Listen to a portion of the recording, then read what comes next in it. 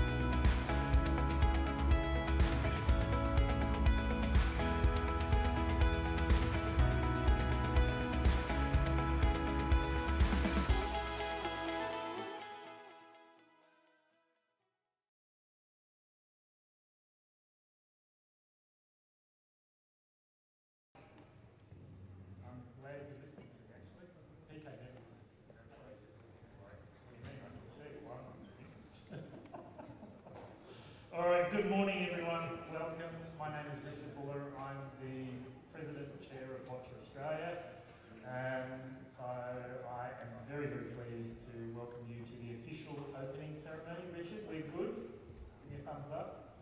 I just started, didn't I, without checking. I would like to welcome you all to the 2025 Boccia Australia national title, presented by Drake Maddox.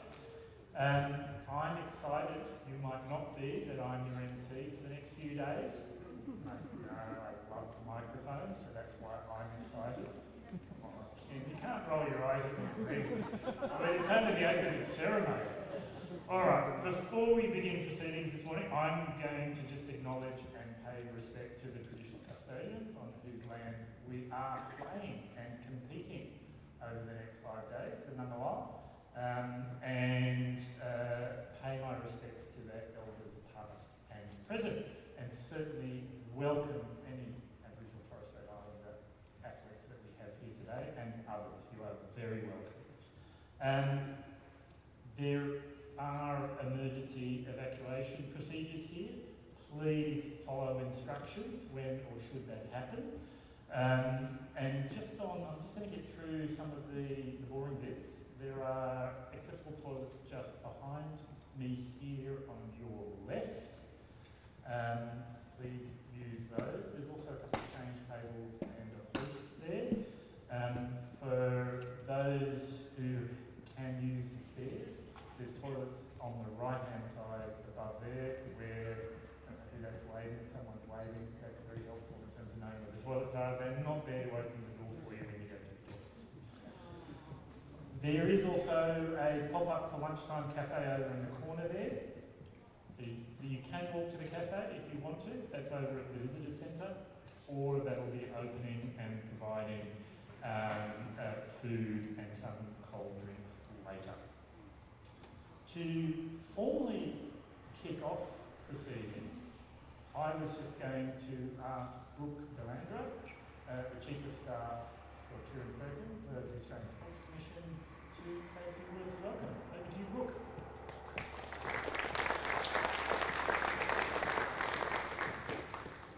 Good morning, everyone, and welcome to Ngunnawal country here.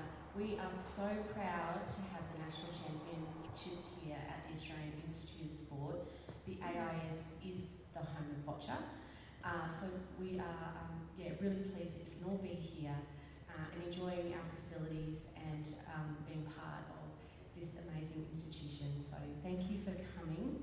And we are also very excited to have the World Challenger here in November. So we truly are the home of Boccia. Have a great competition. I can see we've got New South Wales, I'm presuming, over here. Big team. A couple of Queenslanders. I'm from North Queensland, so good luck over their team. Good luck to all of you. Welcome. Have fun, and I can't wait to watch some of the competitions. So best of luck. Thank you.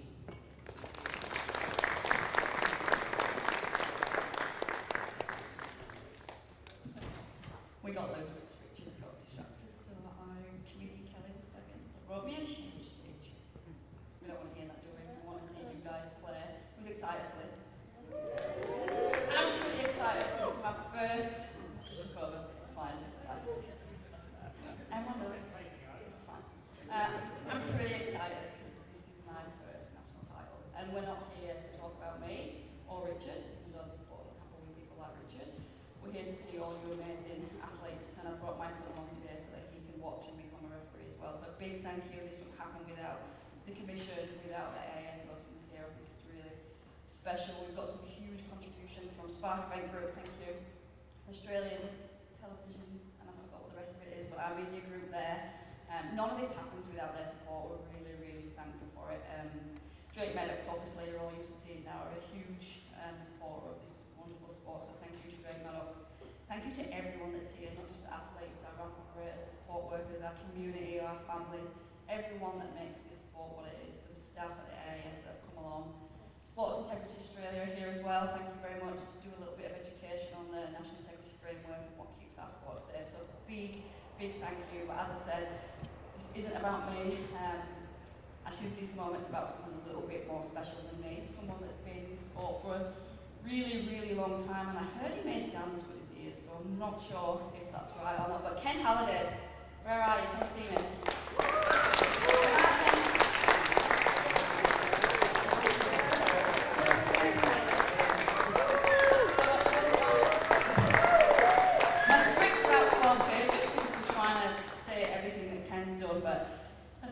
most people in this room will know what Ken's done more than I have, and he's touched so many lives. For me, I started doing this in March, February. I came down to ACT titles over my first introduction, and I also got to be behind the scenes in the camp, which was really, really cool. And we played a game, and you had to write down who most inspired you and who your hero was and mentor in life. It could be anyone. You know, it could have been Tina Turner, and one name consistently came out, and it was this man's Ken Halliday. So he's given more to this sport than probably anyone ever has in the history of it. I think we need to acknowledge that and ensure that Ken's legacy stays in this sport forever. I'm not going to try and say everything you've done, Ken, because it's impossible, and I know you feel awkward, which makes me want to drag it out. But you all know what it means, so please, Boccia community, not only do I want a big round of applause for this event,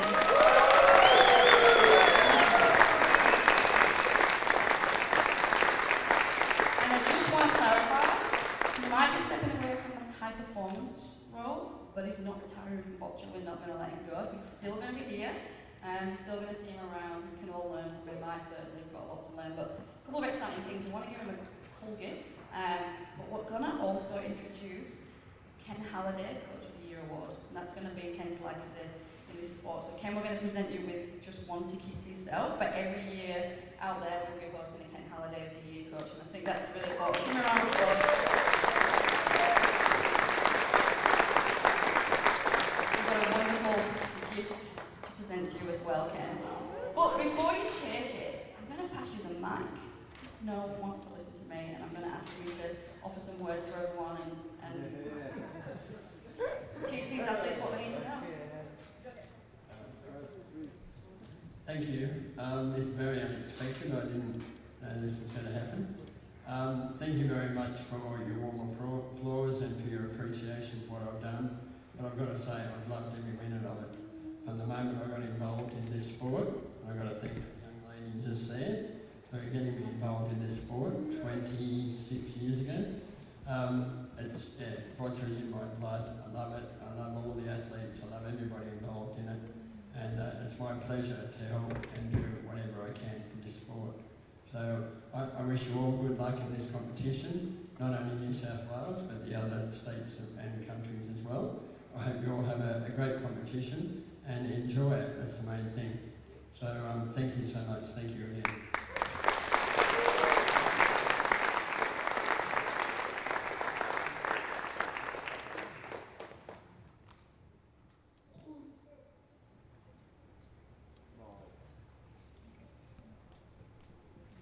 I'm not going to talk much longer because I want to see you all play. I'm going to hand the mic away, going Richard, back over to Richard. Let's have a cracking competition. Show me what I've been missing for 44 years. Can't wait to see what's about. Back to you, Richard. Thank you, Kelly. I would now like to welcome the Federal Minister for Canberra, Honourable Alicia Payne, MP, to officially open the Boccia Australia national titles. Alicia, come on up. Thank you very much, everyone. It's a great honour to be here today. Very exciting to be here at the opening of the national titles. And that they're being held here in Canberra. It's so very important that everyone has the opportunity to be included in sport and benefit from the sense of belonging and community that playing sport can bring. I've understood that Boccia is the most inclusive sport in the world. There are only 2 Paralympic sports that don't have an Olympic equivalent, and Boccia is one of them. I also understand that Boccia contributes in Australia to the Australian Sports Commission's Win Well and Play Well strategy in a way that no other sport can. You are able to include people with the most significant physical impairments and include them in a competition like today. This is wonderful that Boccia can do this, which is why I'm very proud of the increased investment in Boccia that the federal government has been able to deliver to Boccia in the last 12 months. I'm especially excited that my colleague, the Sports Minister, Annika Wells, has directly financially supported Boccia Australia and the Australian Sports Commission in hosting the Canberra 2025 World Boccia Challenger. Hopefully, I can come back to see some international level Boccia as well. That funding, we'd hoped would see an international competition floor be here for the band, but due to conflicts in other regions, the ship was rerouted, and I understand the floor arrives next week. This support is just one part of our government's commitment to seeing Australia field the best possible teams for Brisbane 2032. Finally, I want to wish you all a great competition over the next 4 days. Canberra welcomes you, and I hope we can be home of Boccia and as the nation's capital, I hope to open many more nationals in coming years. All the best. Please, round of applause. Thank you, Alicia, for officially opening. But the official opening is, you're not done yet. We've got the official throwing of the first jacks. So something to look forward to. Wait for that. We've got the cross there in the middle. We're looking for that penalty box. I'd now like to introduce Shu Sugisaki to sing the Australian national anthem.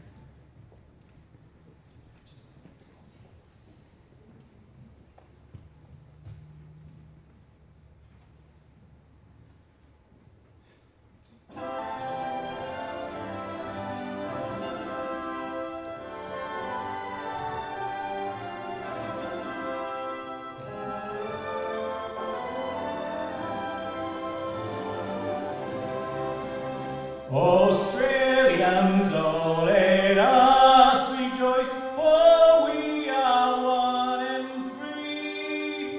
We've golden soil and red for toil, a home is girt by sea. A land abounds in nature's gift of beauty rich and rare. In history's space let every stage advance Australia fair.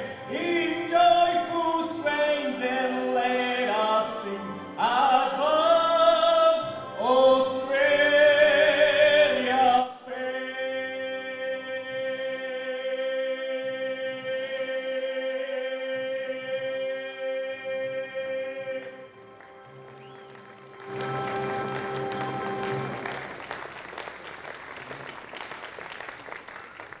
And that's not the last time we'll hear you sing. Looking forward to that in the closing ceremony as well. So now it's time to introduce the teams who will be vying for the national titles. Let me begin by our reigning state shield holders. Everyone please welcome New South Wales.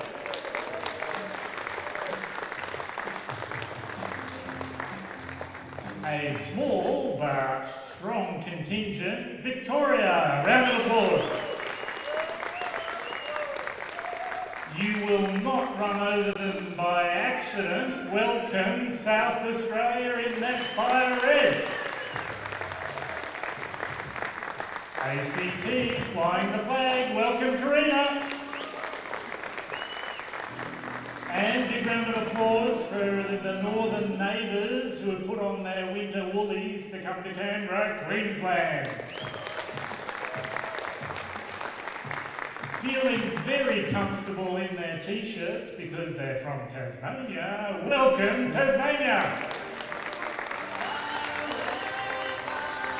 And please welcome our athletes from overseas, our Kiwi, Aotearoa, New Zealand competitors. Alright. Thank you and good luck to all the athletes who are here today. Now I'm pleased to welcome my colleague, Craig Thorne from Boccia, Australia. You're going to give us some information about what's happening the next couple of days, is that right? This is the boring bit, is it? Alright, here's the boring bit. Yeah, I can't follow all of that, and this is the boring bit. Look, welcome everyone. I'm so pleased to see everyone here, and it looks absolutely fantastic. In a moment, there are going to be some official guests invited to throw the jack, and we've got some golden jacks here to officially open the service, the competition. Can I just ask people, please? I need people to just go back and be reading. Lots of information has been put up on the RevSport registration portal, the information guide and the program guides. Please refer to that as much as you can. There's a wealth of information in there. There is some information which does change at last minute, but I would encourage you to go back there as well. One of the big changes that we've got at the moment, as we've all realised, as we've moved to the BCMS, the Boccia Competition Management System, which is an international system used. It was piloted in Queensland a couple of months ago, and we've nearly nutted out all of the issues that in us learning. It's been a very steep learning curve, so please be patient with us and timekeepers and referees as we're using that new system. On that, it's good and bad. It's difficult to transition to when people have been used to paper copies of draws, and that's probably going to be the hardest part for everyone to understand. Any paper draws that we've had, they were out of date, the moment they were printed pretty much. So I'd encourage people to go to the BCMS, the live system. If you go to the program, which you can find back on the RevSport portal, and we've got copies of this around, that is the QR code to access the schedule, the game time, so that will have the latest one. And I would flag with people there have been some other changes. If you didn't see the email that I sent yesterday or the day before, that there have been changes to the program, please consult back in that space. We'll also have a bit of an early mark tomorrow. Evidently there's some football game down here tomorrow. I chose not to wear my Brisbane Broncos shirt down here for anyone who saw that match. But please access there. I'm hoping to put it up on the big screens. We've got some other TV screens around as well to make it easy for people to. The other boring bits as well, just the State Shield, New South Wales winners of that last year, well done. Same as last year, it'll be determined by the first place getters in each of the classifications received 20 points, 19 for second place, 18 for third place, and so on all the way down to the number of athletes. We aggregate those scores by the states and territories and then divide it by the number of athletes. Okay, so it's important, even if you might not be podium finishing, still doing your best to finish higher up the ladder, and that will help in the point system for that. I think that's it. I can breathe again. Good luck everyone. I hope for a good competition. Thank you. Thank you, Craig. All right, now comes the real fun bit. We get to see how good our VIPs are at throwing the boccia ball. So you get to, please, there's no betting in this competition. But I reckon you could be starting to think about who you're going to go for. So can I please invite up, Alicia, can I please have you back up again? That's right.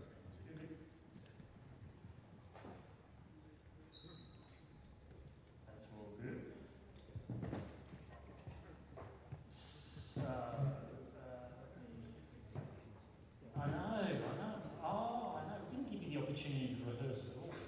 So help me out. You're going to throw the first ball. I'm going to put you there. Hopefully I've got that right. I'm sure Heike is going to tell me off in a minute. And then Lisa, I'm going to call up in a moment as well. So I've got...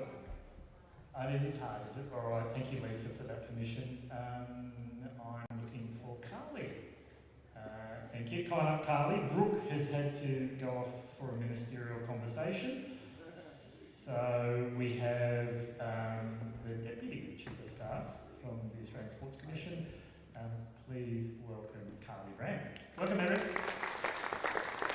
And a big thank you and round of warm welcome to Geordie Miles, who's the CEO of Spark Event Group, who are our event management delivery partners. Thank you, Geordie. Now, hands up who's thrown a boccia ball before. One. Once, okay. All right, you see, you're in good hands, Alicia, don't worry. There's no stress, no pressure here. All right. I'm now going to please welcome our head referee for Band 2025. Come on up.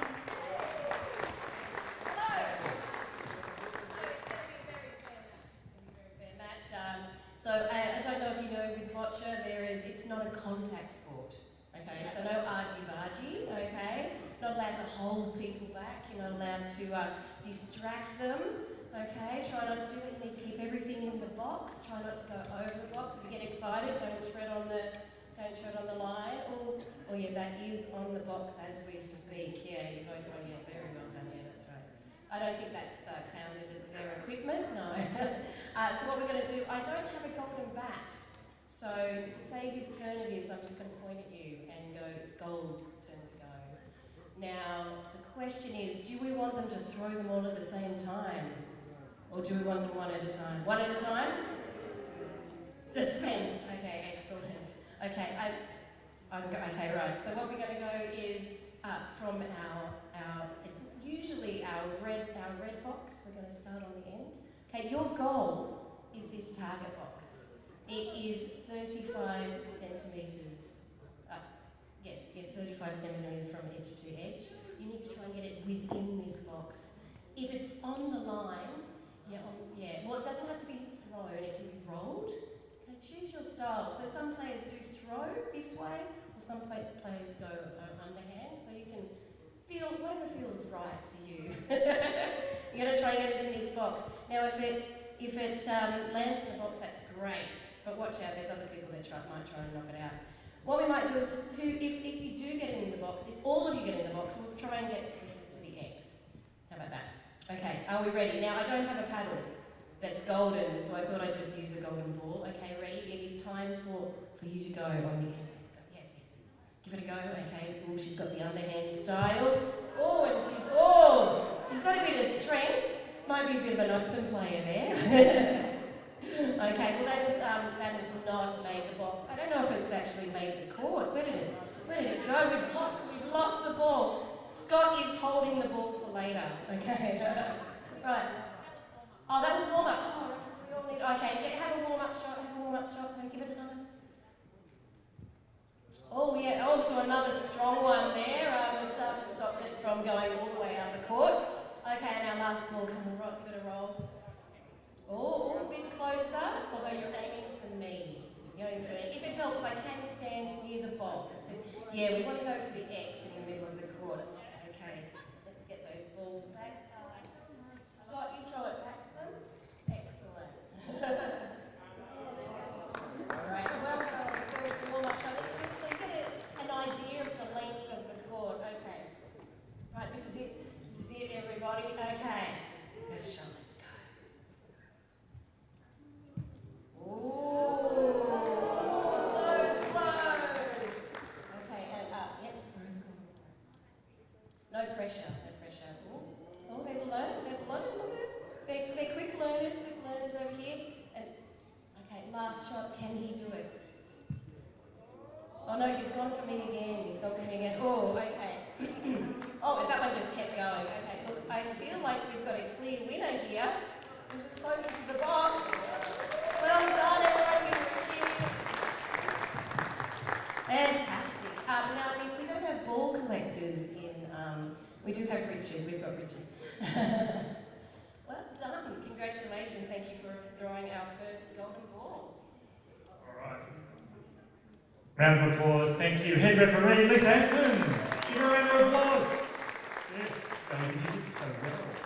No, that's all good. And round of applause, please, for our VIPs and officially opening band 2025 by throwing the golden jack. Yeah.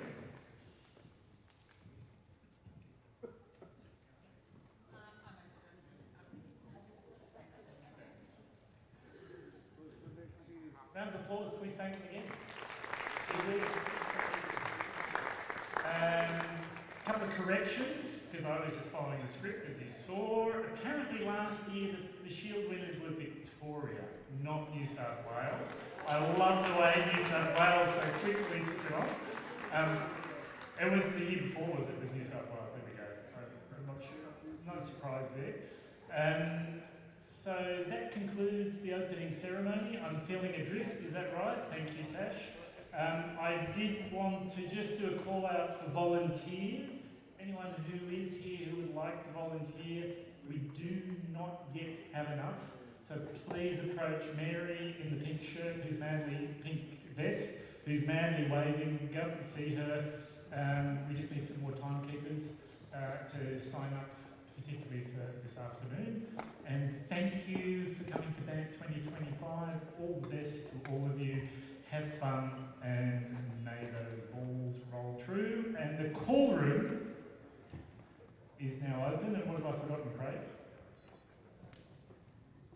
Oh, please don't knock all the walls down on the way out. I'm not going to knock all the walls down. As long as it's not. All right. Any round one BC3 athletes, please head over to the call room. Yeah. And then everyone else follow after them. Thank you, everyone. Thank you so much for coming to Banks.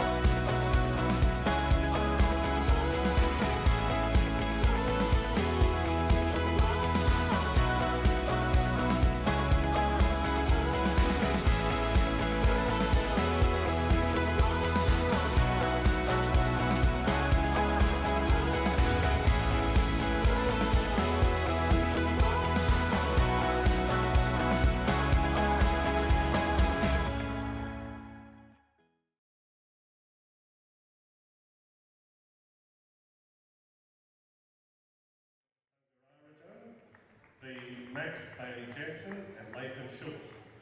Hello and welcome to this coverage of the 2025 Boccia Australian national titles. We're in the Australian Institute of Sport in Canberra. Lots of boccia players around, just taking the court for the first round of games for today.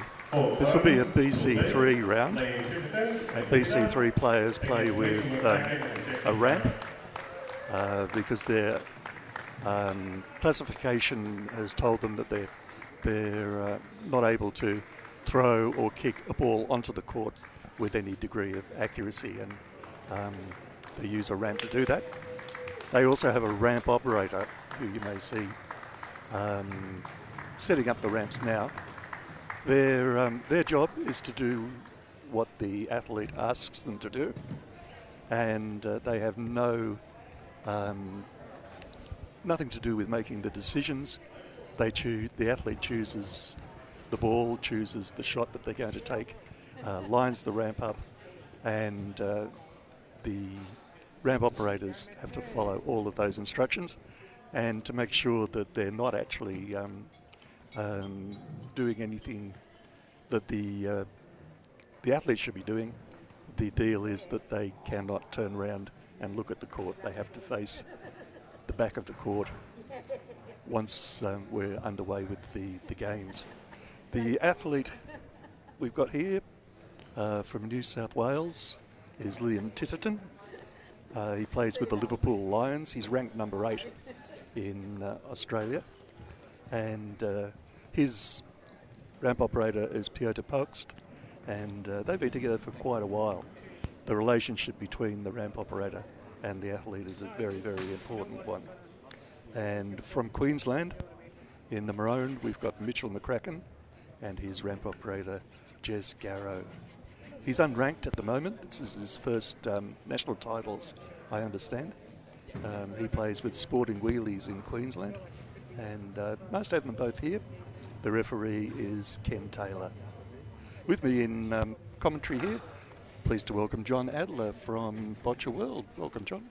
Thank you very much, Phil. Thank you for that introduction and for that information regarding this BC3 game and the participants. And I think that everybody that's listening to this would also like a little bit of information probably on yourself, Phil, because you're no novice to this game. You've been around playing this game for a substantial amount of time. I certainly have, yes. And I didn't discover it until late in life. I think I was about 63, 64 when I first discovered boccia. I won't tell you how old I am now. I wasn't going to ask. And yeah, it's just been a really big part of my life. And it's such an enjoyable community to be involved with. Once you get on the court, though, it's deadly serious. Absolutely. But when you're off the court, everybody's friends. It's very much a family type environment, isn't it? You're quite right. And the players, obviously, they get to see each other quite often at tournaments, you know. Yep. It's a small group of people, particularly in each of the categories. And so they do play each other a number of times over the course of a year. So they know each other well. That's right. But as you say, when you get them on the court, they're just like any elite athlete. They want to win. That's right. They go for the gold. So with this BC3 game, and you know, we can see, and I'm sure that they can pick it up on the live stream. Look, you've got different sorts of ramps, as in different manufacturers, yes, or different specifications that people have come up with because of their own particular abilities. Does anything govern that you're aware of? There are regulations, but the development of ramps in the time I've been playing go from people used to get ramps made at their local men's shed. Yep. And they still do a good job of doing that. But it's a bit of an arms race. Every time a new design of ramp comes out, it makes such a change to the player's degree of accuracy that everybody then has to follow and upgrade their ramps. And they're quite costly, so it's a very probably more expensive part of the sport than the other classifications because of that ramp. Yeah, look, it's definitely the most expensive single piece of equipment in this game. Yes. More so than the balls. I know we sell obviously different types of ramps as well, and we also do a lot of little modifications, and those are the little bits and pieces that each individual, might need because of their particular ability.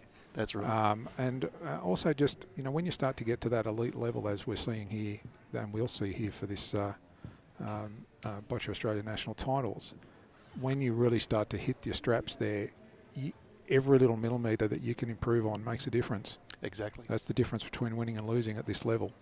And these people too, this morning, have been meticulously calibrating their ramps and their balls to this floor, because every floor is different. I was going to say that. Look, that's an interesting point, which I'd love you to elaborate on, because the calibration and the effort involved in the calibration and the number of times, quite frankly, over not only the course of an event, but during the course of a day. Yep. How much it changes. That's the right. court changes with the conditions, and therefore how far a ball will travel. And they're forever recalibrating and having to figure that out on the fly. Yeah, my friend Wendy Evans is a BC3 player, and I always say, Wendy, you live to calibrate. And it's something that we throwers don't have to do, which I'm pretty relieved about, to tell you the truth. Well, look, you calibrate it in your mind and in your ability for the muscle memory to do that. That's true. Which you can't be done here, but you're quite right.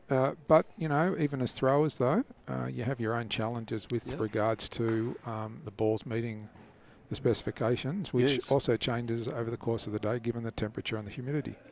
And we should mention, talking about balls, these balls that you're seeing being rolled out onto the court at the moment as the athletes do their final warm-up, they're not all the same, are they, John? No, that's right. There's different degrees of hardness. Yep. You might use a soft ball to put in front of the jack because it's hard to move, but then you would need a hard ball to knock away a soft jack that your opponent puts there. Yep. So the number of hard balls and soft balls you bring onto the court is a decision that you have to make as well. Yeah, and if I think I'm correct in saying that one of the important parts there is also know who you're playing against. Yep.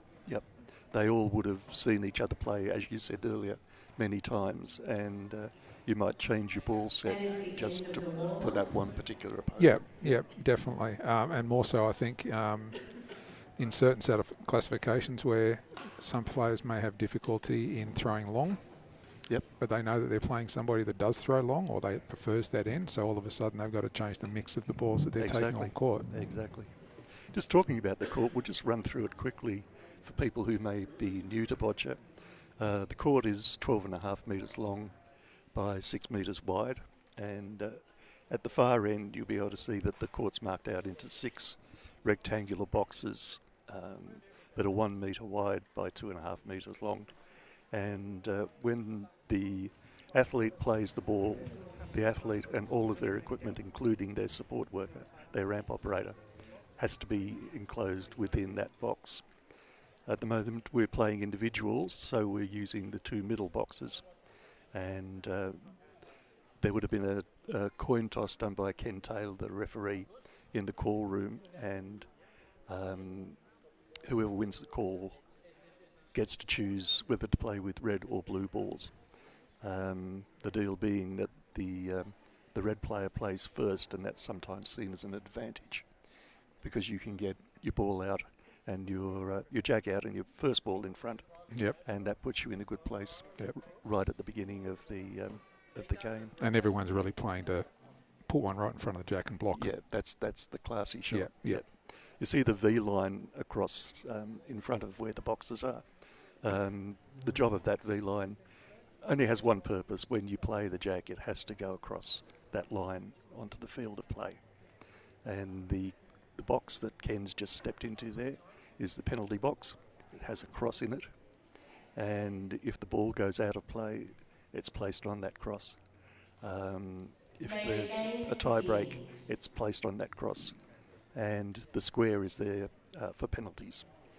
And just going back to your first point there, if the ball doesn't pass, if they're rolling the jack and it does not pass that line, does it then go to the opposition to throw? It does, yeah. It's declared a foul jack, and the opposition then gets to play that jack and their jack, which would be next, because they alternate over the 4 ends that we're going to see played. Yep.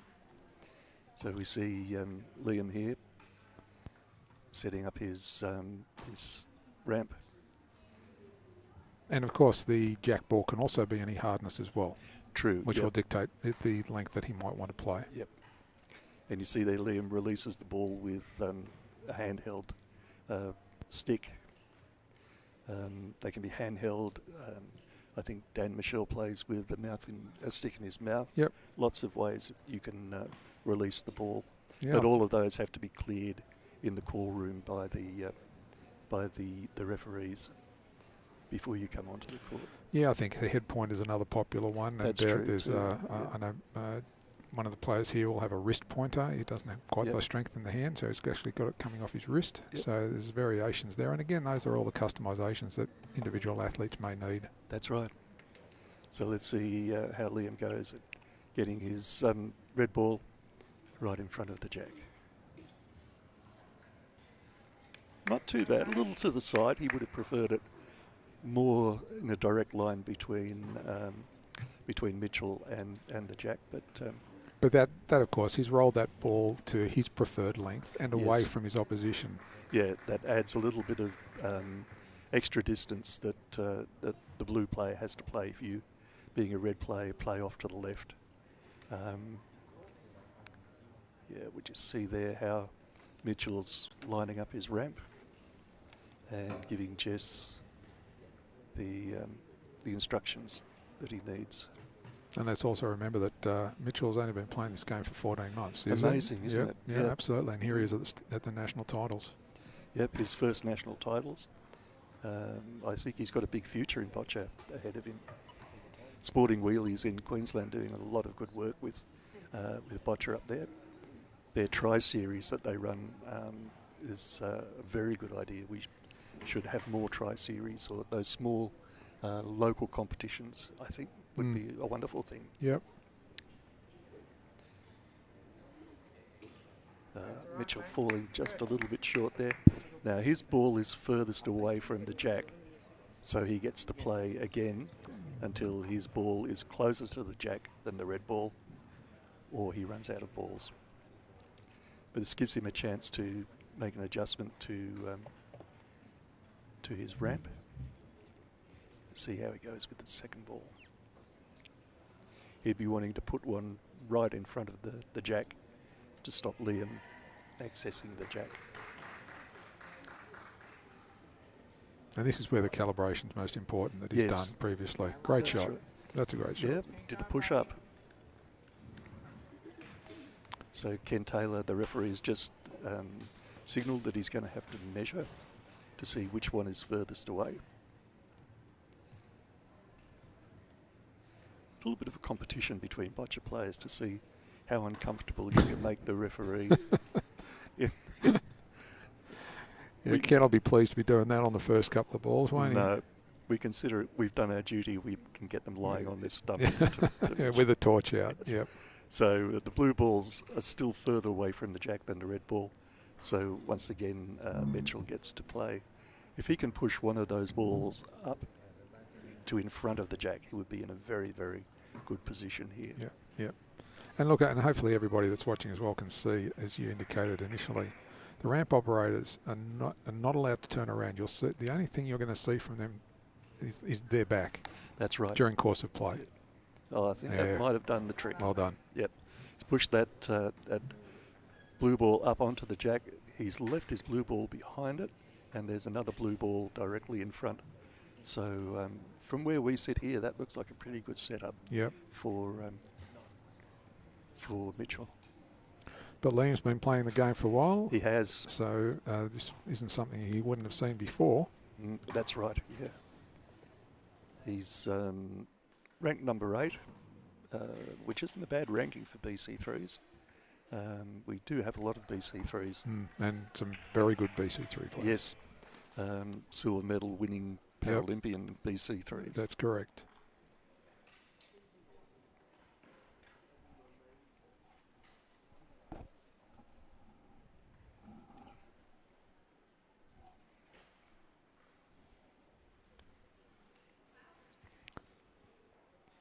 So Liam looking to push and the blue out of the way, and his ball has been taken out of play.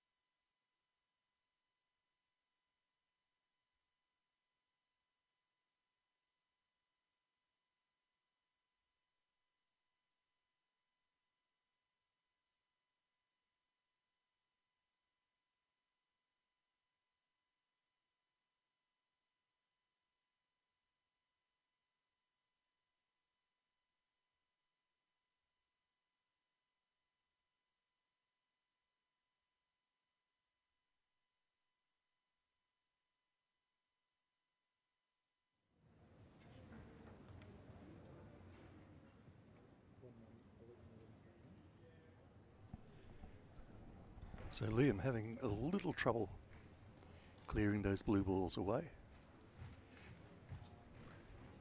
We're getting a lot of balls that are being taken out of play, and Yes. obviously those balls are coming off the court and being put into the dead ball box so that the players can see what has come off the court. That's right. And another a reason for playing so close to the sideline can be that any balls that your opponent plays with any kind of power, if they miss, will be taken off the court. Sure. And you reduce the number of your opponent's balls that are on the court. Now, of course, there is, which I'm not sure that we can pick up on the live stream, but there is a time constraint here for each player. There is, yeah. Do you want to run through that? If you know, I know that varies between each category. Yeah, I'm a little hazy on it. I think, let me remember back. It's about 5 minutes, is it, per? Could be 6. 6. Okay. I'm not sure. The time for all throwers has been reduced recently, but I don't think the time limit for rampers has been reduced. Right.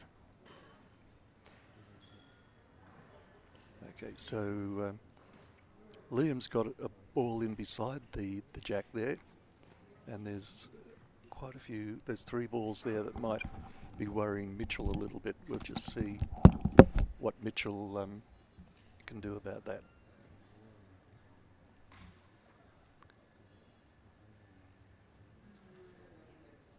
Mitchell using a hand pointer there to reach up and release the ball. Here we go.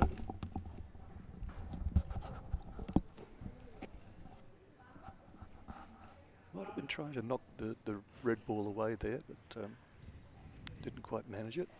So just a heads up, yes, you're correct. It is 6 minutes. Right, you've been off doing some research. I was running off doing research whilst you're sitting here in the comfort. Thank you for that. That's all right. So they did start with 6 minutes. So that means that the thrower has to get rid of all his balls, play all his balls within that time frame, which might seem like it's a lot, but when you've got a ramp that you've got to keep readjusting to and oh, beautiful ball there. Yep. Mitchell. Really classy shot. Let's go, mate. Fellow Queenslander beside us there, urging his teammate on. Great thing to hear.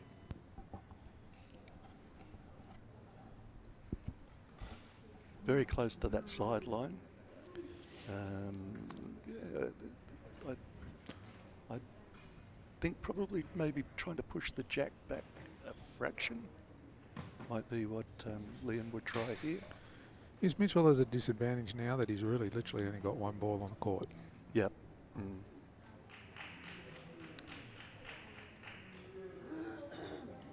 little bit of discussion there between Liam and Piotr. This would be a fairly important shot for him. Well, this is his last. Yep.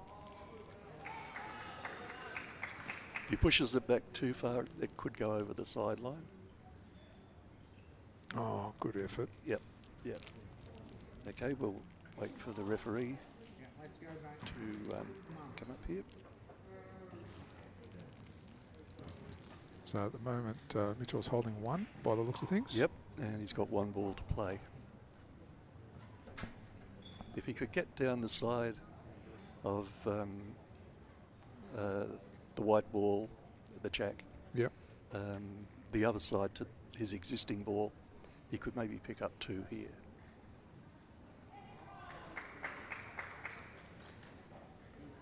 It would be an excellent shot if he can make it. Always good to go into the second of the 4 ends with a score of 2-0 on the scoreboard. Yep, and then you're obviously rolling the jack as well, being he'll be the second player that's with right. blue. Yep. And if you can get your hold on it, you're in the driver's seat for sure. Putting some extensions on the ramp here. The extensions, of course, mean that the ball is coming down from a greater height, so it has more force. That's another thing. And you can see in the ramps that there's a sliding component where the ramp operator can slide it up or down to figure a number that's relayed to them by the player. And that's where all the calibration comes into play. Exactly, that's right. You probably see with Mitchell there, he's got a pad on his knee that has his calibration distances on it relating to where on the ramp that he's going to release the ball. Might not have enough legs. Yeah. But good conservative shot though. He'd be happy to walk away on this end with a shot. I think so. Yeah. Yeah. So the referee indicating 1 point for blue. So that's the end of the first end. 3 more ends to go. The jack this time will be released by Mitchell, and we'll just watch. And I'd imagine he would play over onto the left side of the court as we're looking at it. It's a good time for the players just to decompress a little bit. It's very stressful trying to work out your strategies, work out what your opponent's going to do, how are you going to stop your opponent from doing that. All these things are going through your mind all the time. It's very much a head game. Yeah, and you've got to do it on the fly as well, because every time they play a ball, something's going to change. Exactly. There's, I think, 4 other games going on around us. Lots of excellent players. Dan Michel, very well credentialed Australian player, playing over on one of the other courts. Against Belinda. Against Belinda, yep. Very new into the sport, but doing very well. Extremely well. Yeah, from Melbourne. Yep. And on the court behind them is another Paralympic silver medalist in Jamison Leeson in her first game. Right, yep. Yeah. Jam's had a really good career in Boccia so far. Came to Boccia through the New South Wales schools competition. Any school teachers out there, particularly sports teachers, you don't have to be in a wheelchair to play Boccia. If you want to join in the New South Wales schools competition, then get in touch with the sports department at Department of Education. It's a really good thing for people to do. Absolutely, and I believe their finals happened only a few weeks ago actually for this year. They did. Yeah, very big event at Sydney Olympic Park, I think it was. That's right. You were there, John? I wasn't. I did see the results, and I did see Ken Halliday was there as well in some form. Ken's everywhere. Yeah, Ken. Yes, he's omnipresent. You're correct. For those that don't know, Ken Halliday was the high-performance coach for the Australian Paralympic squad until recently. And he received an award at the opening ceremony for Coach of the Year. Did he really? Yeah, and because he's retired now from international sport. Yeah. Well, I'll show you what a humble man he is. I've spoken to him already this morning, and he never mentioned that to me. Oh, beautiful ball from Mitchell. Yeah. Yeah, that's nearly the perfect first ball, isn't it, really? Yeah. As far as Liam's concerned, he's really got nothing onto the jack, as in trying to play that directly to the jack. He's now got to start figuring out some tactics to move the blue. Yes, he could maybe see just a crescent of the jack on the line he's got there. He could try to hit that crescent that he can see and flick the jack back and sideways. Or he may just go for a big hit on the blue ball and try and move it away. I'm just trying to come to terms with the word crescent in this game. Thanks, Phil. Yeah, no, if you imagine... I understand what you're saying. It wasn't. It's like looking at a partly obscured moon. That's correct, yep. He's gone for the big extension coming down off the top. He's played with a hard ball. And you can so he's opened it up now. Yeah, beautiful. Yep. So the blue ball is still closest, so the red player gets to play next, and he's got a good clean shot at the jack. In fact, he could even just rest his ball up against the blue ball and wedge it onto the white as well. And that would make it even harder for Mitchell to remove. And having watched Liam now for a few years, you know, the biggest thing that you see with athletes is their ability to read the game tactically. Yep. You know, like anything else, it's fine to have the skill, but it's to understand how best to play that next shot, and almost like chess, be a couple of moves ahead depending upon what your opposition's going to do. Very much like playing chess. There we are. Might have wanted that just a little bit further to the right as we look at it, but he gets another shot at it. The blue ball is still a lot closer, apparently.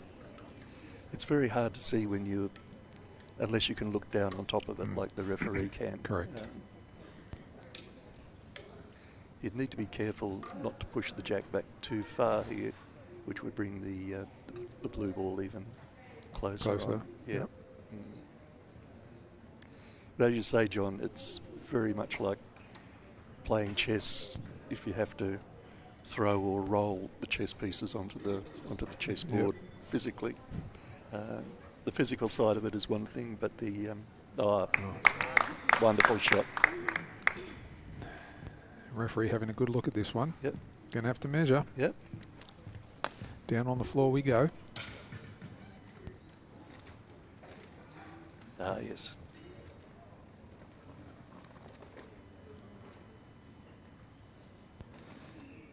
Using the calipers there, measuring from the closest 2 points on the balls that you're measuring. You don't go down to the floor, you measure the part where they're closest together. And for anybody that might be watching that's a lawn bowls player, that's exactly what you do in the same game. Is that right? Absolutely. Mm-hmm. So blue to play. So that little tickle was enough. Enough.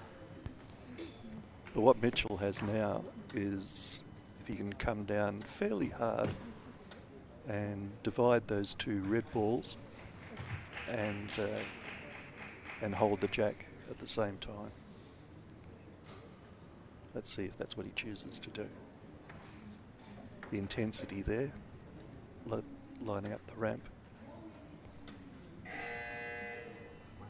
And on the live stream, you'll be able to see this really well with the angle that we've got at the moment.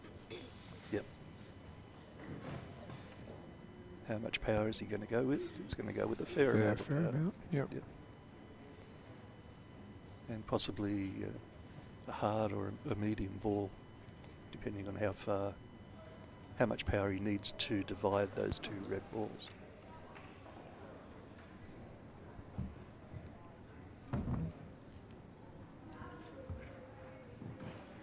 Oh.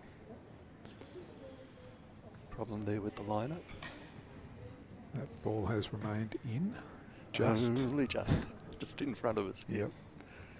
And unlikely to really be a counter in any way, shape or form. I don't think that's going to be a ball that's in contention. Of course, you know now that we've said that, Phil, something weird and wonderful will happen, don't you? Bound to. So Mitchell gets another crack at that shot, having re-aimed his ramp. He's having a good long look at it. He's not happy with it. And you can see him chatting there, and it's again very important to note. He's conducting the conversation. It's all from his end. That's right. All. There's nothing coming back. Somebody once said, "Oh, what's with this game of boccia?" Oh, maybe a little bit more power needed. Yeah, what's with this game of boccia? They have a person who puts the ball on the ramp for them, moves the ramp to the right place, and all the player has to do is push it down the ramp. And I took them aside and explained the situation to them. If only it was that simple. If only. Really. Yeah. Much harder ball, given it a fair whack. And that one's gone out of play. Whether or not that has changed the result, though, is a whole different story. Yep. We'll wait for the verdict from the referee. Can't see that it has from here. It doesn't look good from here, but we can't really see any gap there. Yeah, the blue ball still needs to be promoted a little further into that wedge between the two red balls. So as we've said before, we've got balls here that start at super soft and go to soft, medium, medium hard and hard. And they've got to make that choice just to start with. That's right. And then figure out how hard do I want that to actually hit the jack? What height do I need to roll it from? Giving that a good hit. There we go. Well done. From the way that ball's rolling across the court there, I think that's probably a very hard ball. Yes, definitely. Probably. And the hard balls almost have the same hardness as a cricket ball. they are very hard. And it was interesting to see too that Mitchell actually has a few of those in his repertoire. Does he? Today, even playing this game. There's more hard balls in there than one would expect, and maybe that's because he knows how Liam plays the game and he's thinking that tactically he's going to need to be doing a lot of pushing around rather than a lot of drawing the shot. Good point, John. Good point. So Liam now going with some power.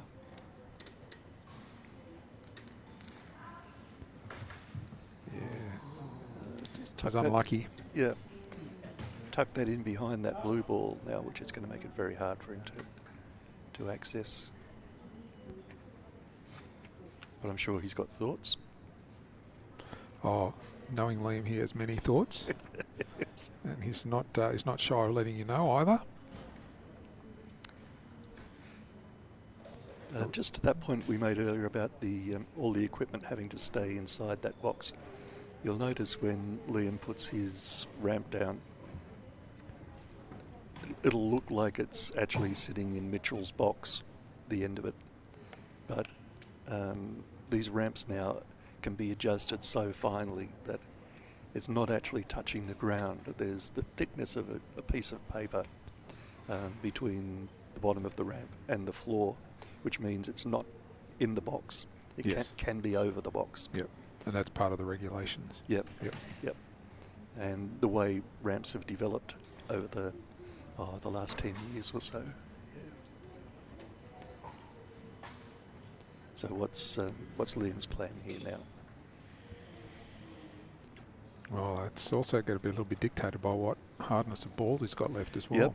The more balls you play, the less choices you have. Oh, again, unlucky.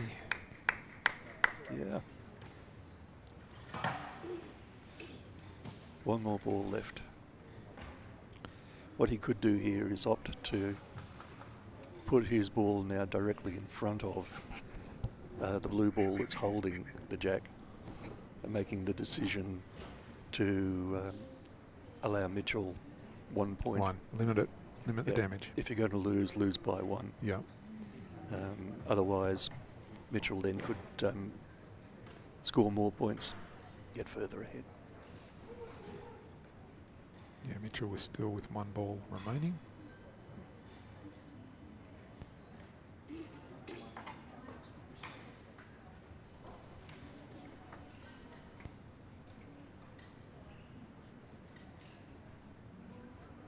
This is interesting because it doesn't look like it's a terribly powerful shot. So as far as the position that he's put the holder on the ramp. Could be going for the blocking shot. Yeah, he's just looking to limit the damage by the looks of things. Whether he's done that or not. Not as well as he would have hoped, I think. Yeah. Plenty of support on the sideline for Mitch. Yep. And that's a good thing about these sort of competitions where you come down with your fellow team members and they're on the end of the court supporting you, particularly when you're a younger player like Mitchell. The concentration there, aiming. Very much like aiming a rifle, although I've never aimed one. You can see a white dot at the bottom of the ramp there. You line up the end of the ramp, the white dot, and the spot where you want the ball to hit. And hope it does the job.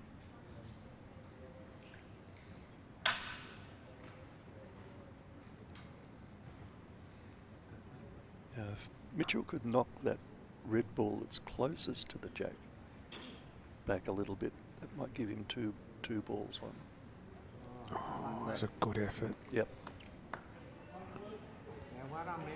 Mine was right. 1 blue. Slightly short. Now we're at 1 apiece after 2 ends. Yep. It couldn't be closer. At the halfway mark, we've got a good game of boccia on our hands here. Absolutely. Look, and for those that are out there too and wondering, when do you get into this game? Whenever you can. As you say, a lot of people here have picked it up from school. I know Liam was introduced to the game when he was about 9 years old at school, just part of school competition, and has gone on since then. Loves the game. It's now being played internationally and won internationally as well in New Zealand last year. A bronze in the individual in New Zealand and gold in the pairs. Yeah. Yep. So, and he's still only a young lad. Oh, yeah. Relatively speaking, of course. As we look at each other through our glasses. Yeah, exactly. And, Mitchell, differently though, was introduced to the sport through a friend. And of course that also depends upon how people have come to play this sport, why they're playing it, what's necessitated them to be playing in a BC3, in a wheelchair, or in some of the other categories as well, whether or not that was through an injury or through some medical condition. That's how they get introduced in different ways, from school or from physio, or from, there's a whole different range. How were you introduced, Phil? Because I'm not a player. I came in through Muscular Dystrophy New South Wales, a come and try event that they held in my hometown of Newcastle.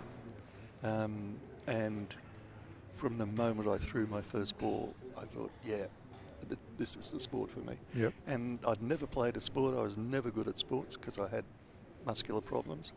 And I didn't think I had a competitive bone in my body. But from then on, every time I picked up a ball, it's been to win. I was going to say, I've watched you play, Phil. You've got competitive bones all through your body, I've got to say. And it's just that wonderful thing with strategies, tactics, the trajectory of the ball, which ball you use, which shot you take. I just love all that decision-making stuff. Yep. And for some of the people who are playing boccia here today, don't get to make a lot of decisions in their lives.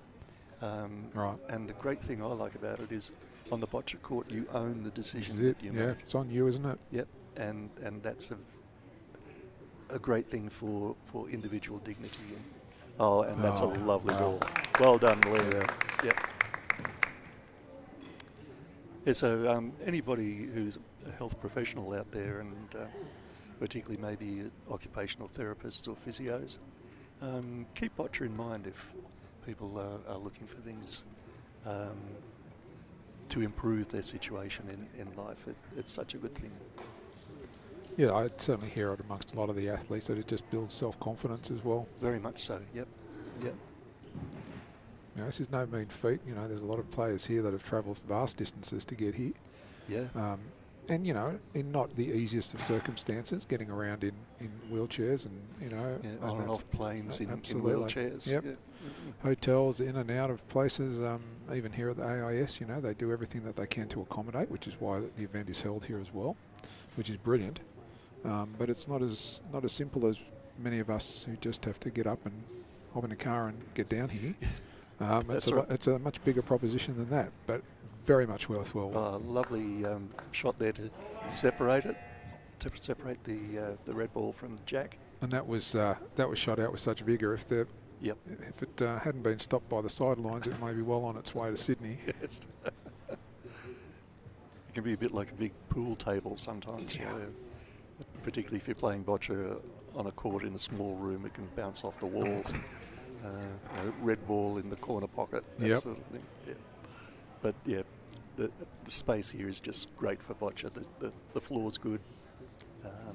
It's just a wonderful spot. Yeah. The AIS. This is the basketball and netball stadium that we're inside. A lot of boccia played on basketball surfaces all around the world. Just mark it out and use that surface. So Mitch has opened this up now so that he's got an easy view of the jack. Yeah, so this should be a holding shot now. You want to place the ball in front of the jack. Bit shy. Yeah, a little bit short. That's the second ball he's played that probably didn't roll as far as he wanted it to. So again, he may need to look at his calibration. I was about to say, I know where he'll be after this game. He'll be on the practice court He will recalibrating. He will be.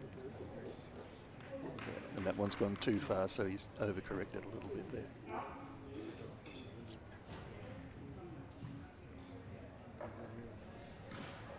So Mitchell's another one like you who loves this game because of the brain activity that it generates as much as the physical skill that's involved. You can see that with the intensity that he's playing. Yep. He's instructing the ramp operator there to go with the double extension. Maybe trying to push his blue ball up a little bit.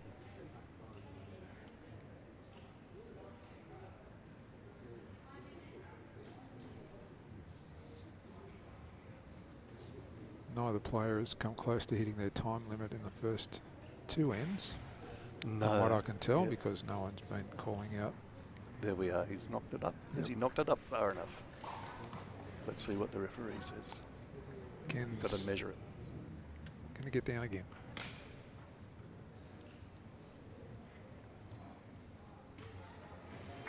You might have a good shot here of the way he's using the calipers, trying to find the closest point between the white ball and the red ball. And pick that up with the calipers and then compare that with the gap between the red ball and the white jack.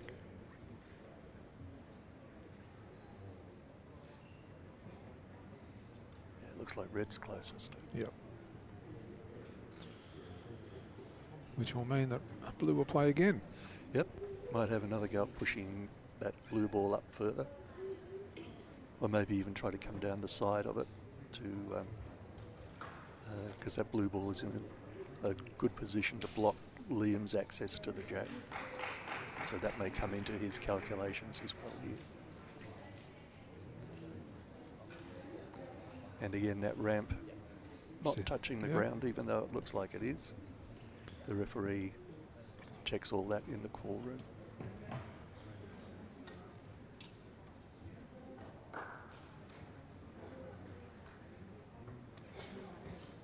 Yes, the referee's got to look at more than just the balls that are on the court as well, doesn't he? Yes, He's got to be checking out what's going on in the box. Is all the equipment within the box when the ball is released? And that's right.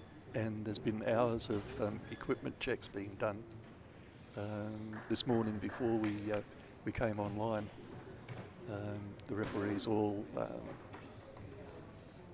I think that with the ramps, the ramp and all the extensions have to fit lying flat in one of those rectangles. Yep.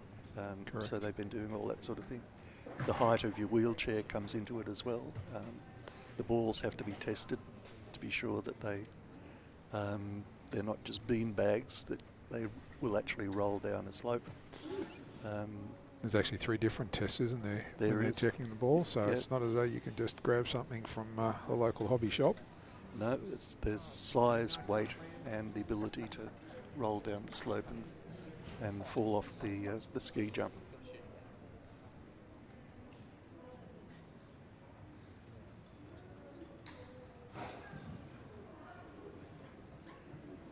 Liam has plenty of balls left here. Yeah, so he's got four attempts here to.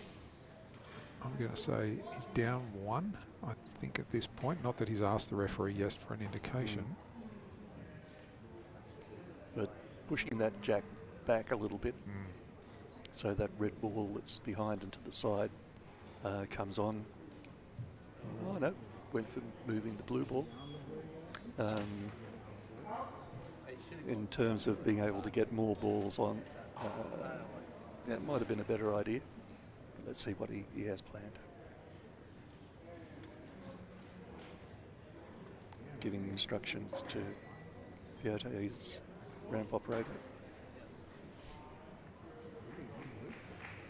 Call room open.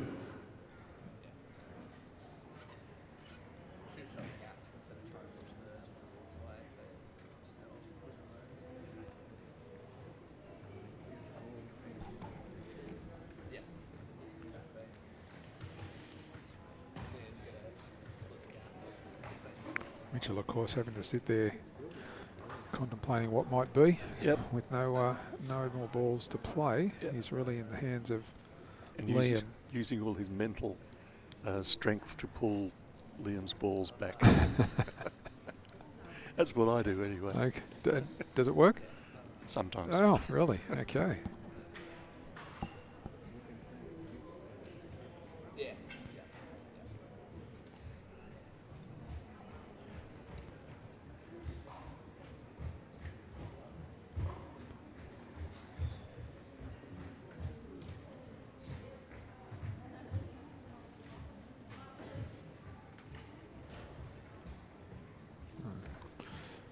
This looks like it's going to be a power shot.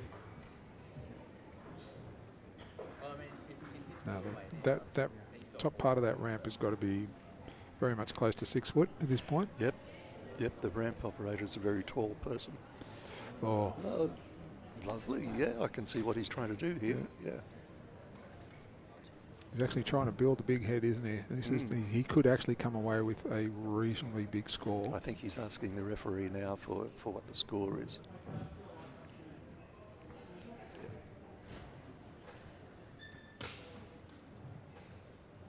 He can ask the referee to measure, provided his clock is still running in this situation where he asks for it.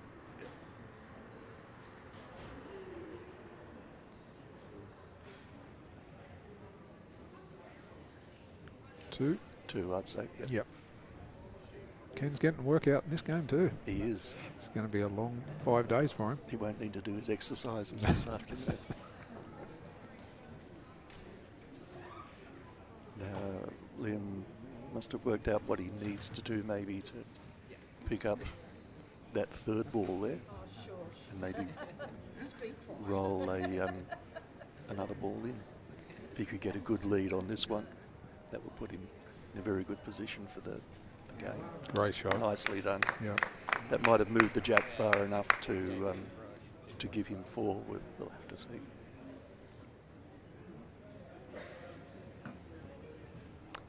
Okay. So the referee has to measure, and he's invited the players to come out and watch what he's doing.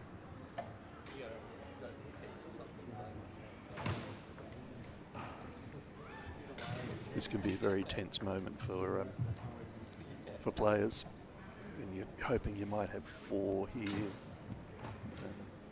Maybe you've only got 3. And with 1 end to go, yep, this is a big deal. This is a very important end, yep, because it's all tied up. So a good win here will set you up to win. Give your opponent a lot of points to chase up.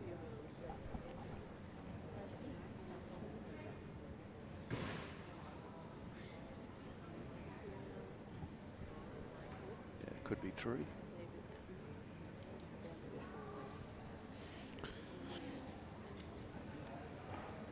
I just figured out too a new product that we're going to start selling out of Boccia World. It's going to be knee pads. Knee pads for the referees. Yeah, for the referees, for sure. I was wondering about, a little skateboard device or something that you might be able to make available. I'm not sure I'd trust some of these referees on a skateboard, Phil. Oh no, that's true. Yeah. It's pretty obviously very close. He's going back for recheck. Very close. And as you were saying, that is a very important measure, this one. You want to get it right.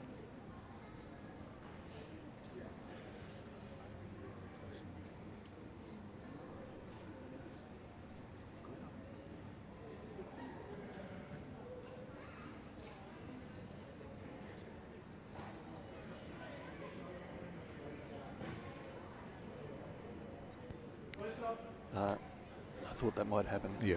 It was so hard to to judge that Ken's called Lisa Hansen's the head referee to make the final decision. So she's pulling out her own calipers. Yep. Lisa's a well-known international referee. Refereed at Paralympics and World Championships and competitions all over the world. Is there any additional device outside of the caliper? Should it be so close that you cannot differentiate? I don't think there is. We sometimes wonder about electronic devices, but so far they're not available in Boccia. I notice I watch a lot of curling when it comes to, and the overhead shot with the circles on it, I sometimes think would be very useful. Really helpful, very helpful, yeah. Curling and Boccia have so much in common. And, I think we do have curling in Australia, but it's not really the climate for it, is it? Not really. Although Canberra, you know. Oh, it's a beautiful day in Canberra today, Phil. Oh, gorgeous. Apparently tomorrow not so much, but today it's lovely, sunny, probably 18 degrees. Had a wonderful drive down here yesterday from Newcastle. The wattle alongside the road is just fantastic, and Canberra is a very beautiful city.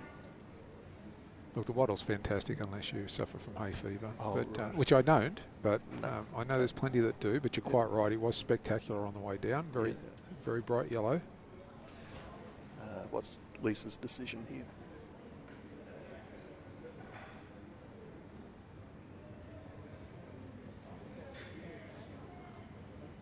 And you can see there that the game's played in a good spirit. Yes, yes.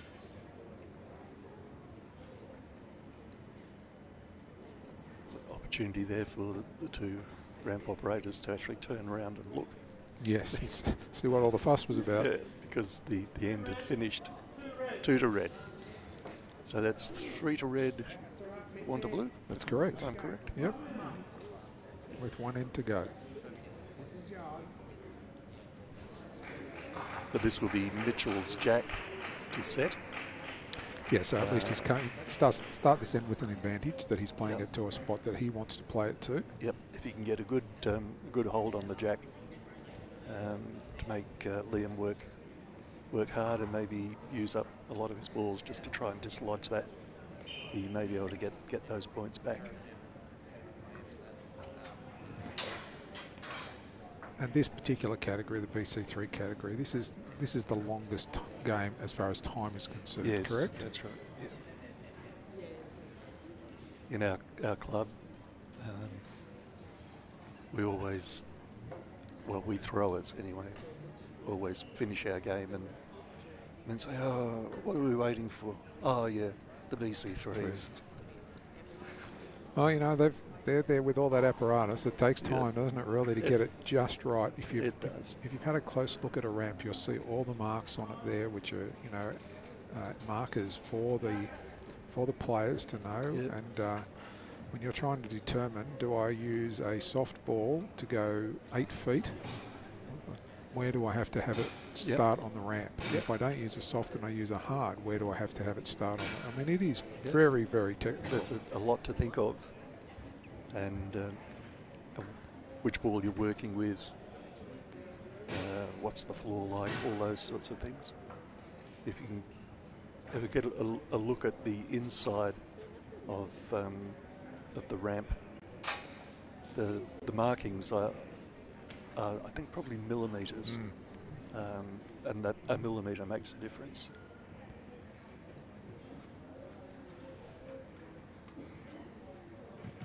But in its rawest form, to get started in the game, it's simple. Yeah, really, isn't it? Yep. I think Peter King, coach from New South Wales, says Boccia is easy to learn, difficult to master. So depending on which, whether you want to take it to that Yep. master level or play for fun with your mates. Yep, absolutely. Can be done either way. Yep. And however you do it, whether you do it for fun or for competition, at the end of the day, it's your choice as to what level you want to take it to. That's and right. And it is a fun game. You know, even for wholly able-bodied athletes to get out there, sit on a chair and throw that ball, you soon get an appreciation of just how easy it can be, but how difficult most of the time it is. Yes. And in fact, the next round, starting at 1 o'clock, is around open players. And anyone can play as an open player.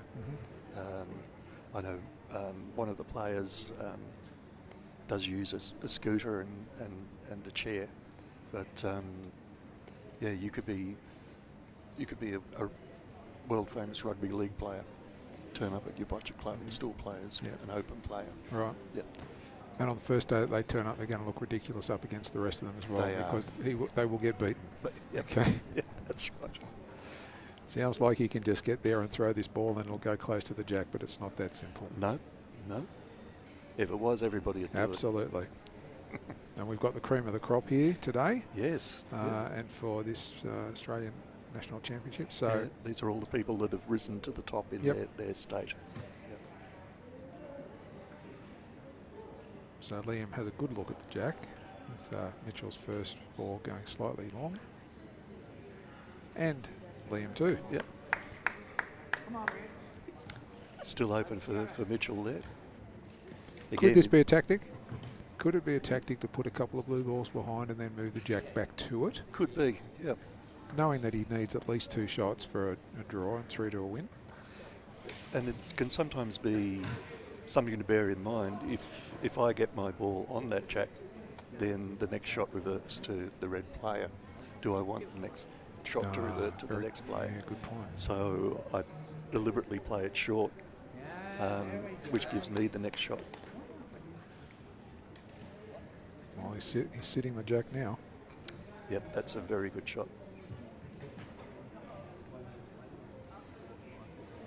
Liam's got a job here in front of him to dislodge that that blue ball, which I imagine is fairly soft from the way it rolled up there.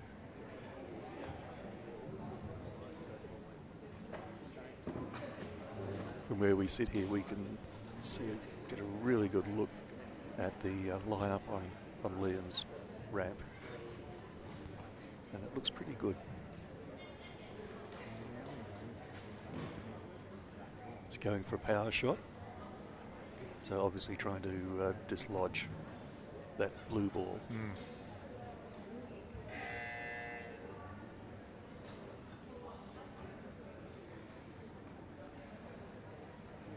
Oh, and found the gap.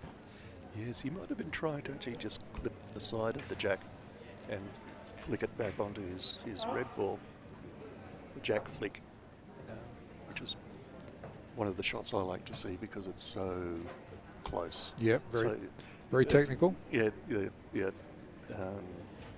You just need to snick that side of the jack and flick it back onto the red ball.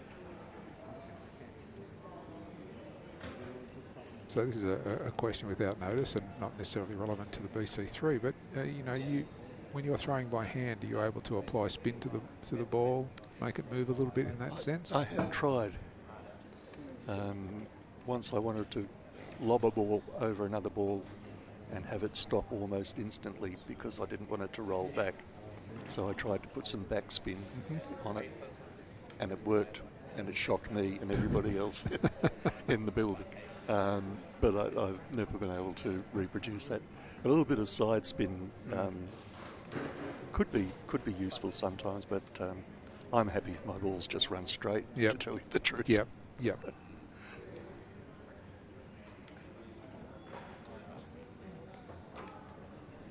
So Liam's got 2 balls left, if I'm counting right. Yep. Slowly opening that jack up, isn't he? Yeah, he's got maybe access to half the jack there at the moment. Moving the ramp over to give him the best angle.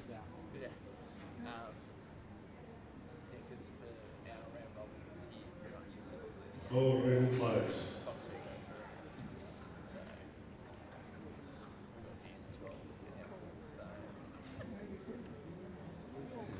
Just asking for it to be moved over just a little bit.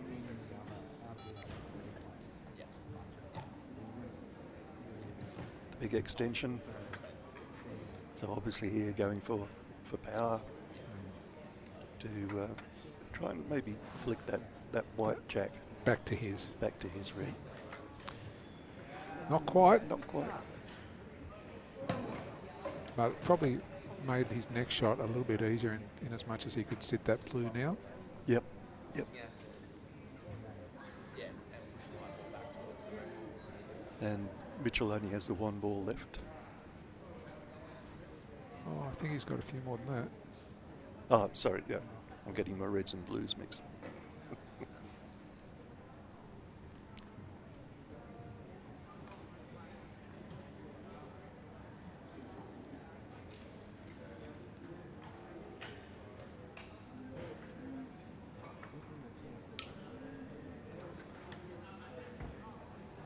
Okay, looking more like an approach shot here at the moment. Not so much to move the jack, but to roll up onto it. It's a great And shot. he's done just that. Because he really needs to block Mitchell, doesn't he, now? Yep, yep. Right, Mitch has got another 4 balls. Yep. He just needs to play defensively and defend his lead.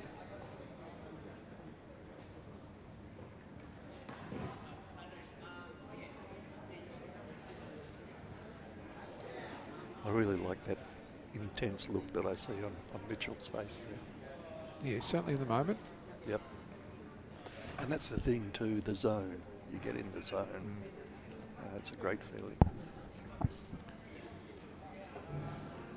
not sure if people can see on screen there, but Ken Halliday standing up the back there watching that game. Just sneezing. Just having a sneeze, but he's always out looking for the talent, isn't he?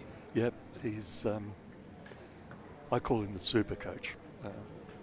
I've learned everything I know basically about coaching from Ken.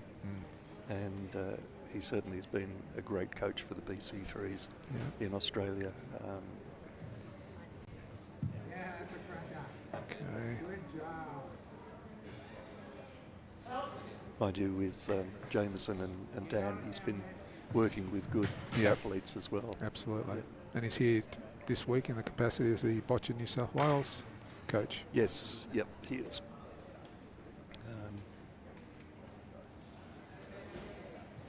So lucky to have him. Yeah. He's also president of Boccia New South Wales as well, so he's got an administrative role to play. And what you need to know about Boccia that Ken doesn't know, just doesn't exist. You don't need to know. Yep. That's right, you can live without it. Great shot coming in here, you can see that. Lovely Beautiful approach shot. Using that red ball as a cushion. So that almost looks like a toucher actually, so yep. You can start playing and feeding around that one, put one just to the other side of the jack possibly, make another shot there. That's right, yep.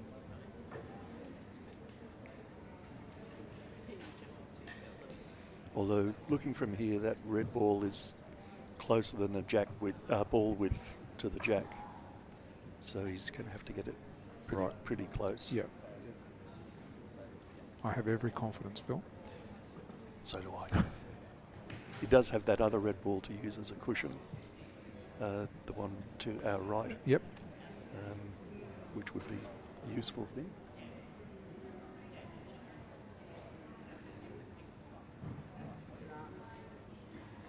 Could be, could be.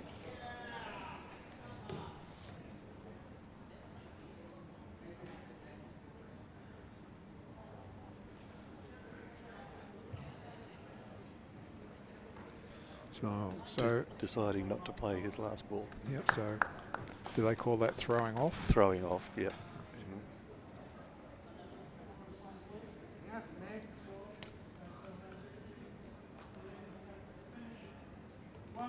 One to blue.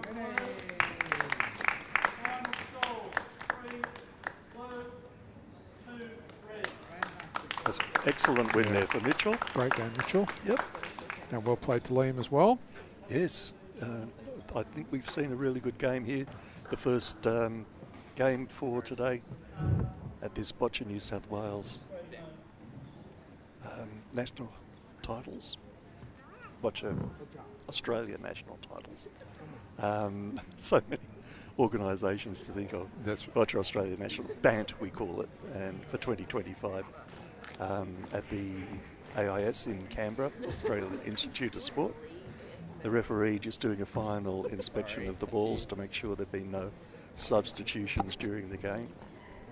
And we're a trusting mob, aren't we? we are. But yeah, these things have to be done. Sure. Yeah. And Boccia in Australia has become so much more sophisticated recently. Higher training for referees, better coaches, more of the international standard of refereeing is all helping to increase the standard of play in Australian boccia. And it's just so good to see. Not so long ago, we would have been playing in a fairly dodgy hall somewhere. Yeah, school hall. Yeah, and I can remember playing at a national titles where somebody from the audience was given the bat and they to were umpire, told to referee. referee. Wow. Okay. Yeah.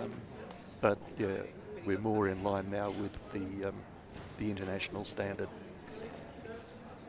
So Kenny is confirming the score on the scoreboard with the players before they go off.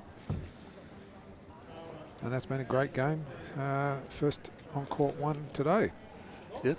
The next round coming up at 1 o'clock. Australian Eastern Standard Time, an open game between Fiona Porch and Michael Williams. So come back and join us for that. Just a quick word of thanks to Spark Events Group, Drake Maddox and the Australian Television and Media Group for being our partners in this Boccia Australia National Titles 2025. We'll see you again at 1 o'clock. Great. Thanks. Thanks, Phil. Thank you, John. Bye-bye.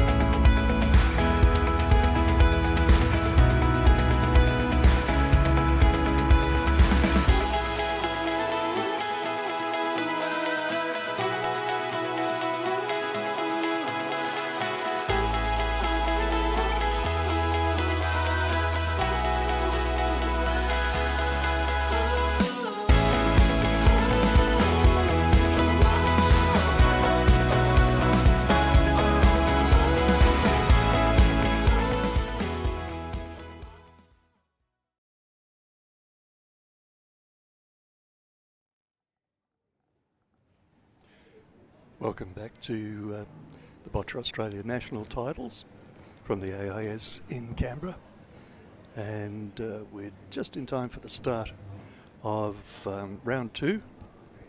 This is an open round.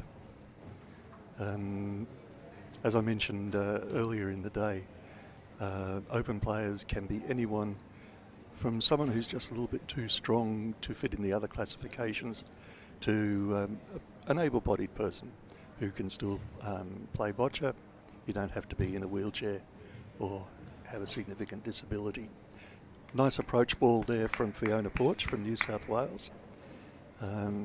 Nicely placed in front of the jack, could be a little bit closer perhaps, but Michael Williams from South Australia rolling just a little bit too strong there. Michael plays with the Unley Dragons in South Australia. Been playing for about 3 years and picked up the gold medal in his state titles in 2024 and this year as well. Lovely ball he's put down there. Nice and close to the jack.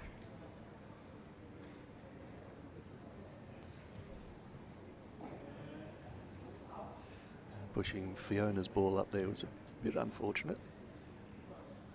Let's see how he goes with his last ball. Each player, of course, having 6 balls. And that ball's out of court. So Michael's played all 6 of his balls. Fiona Porch from New South Wales has 1 point, and she has the opportunity here to score 5 more points. Let's see how she goes about it.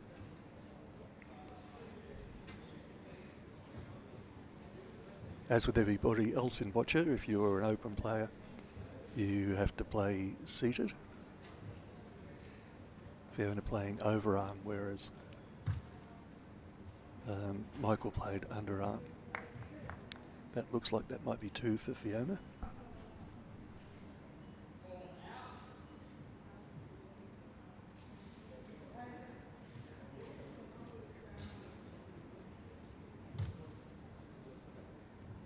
A little bit short with that one there.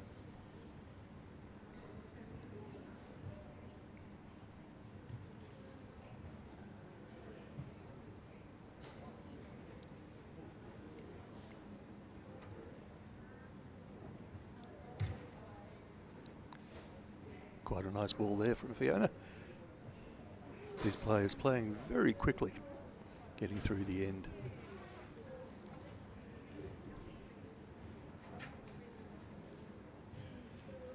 Just explaining the court. The 6 boxes you see at the end of the court, the player and all their equipment have to be within that box when they play the shot. The V line in front of that, the jack has to go over that V line, and the rest of the court is open for play.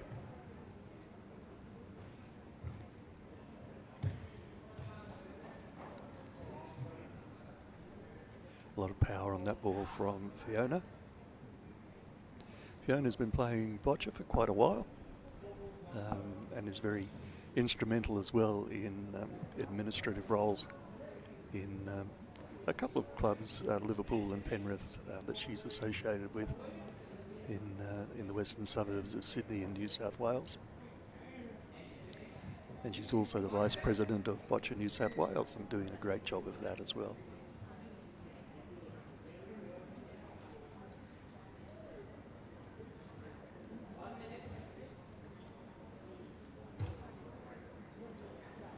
Again, a little bit short. Michael playing the jack long may have been something that he planned, thinking that perhaps matches he's seen Fiona play and she might not have been quite so good at that distance of around about maybe 7 metres.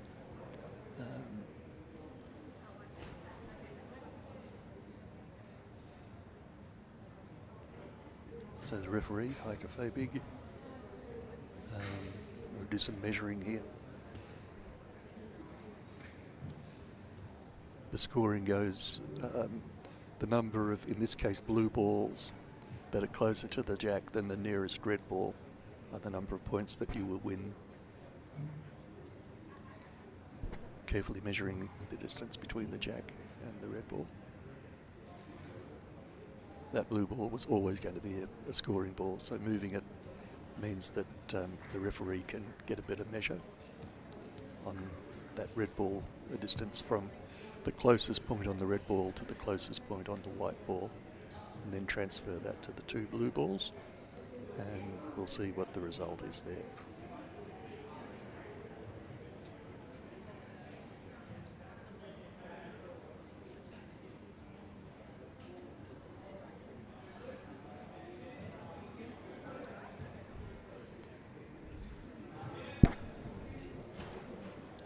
Just waiting for Michael to get back into his box before we can give the score.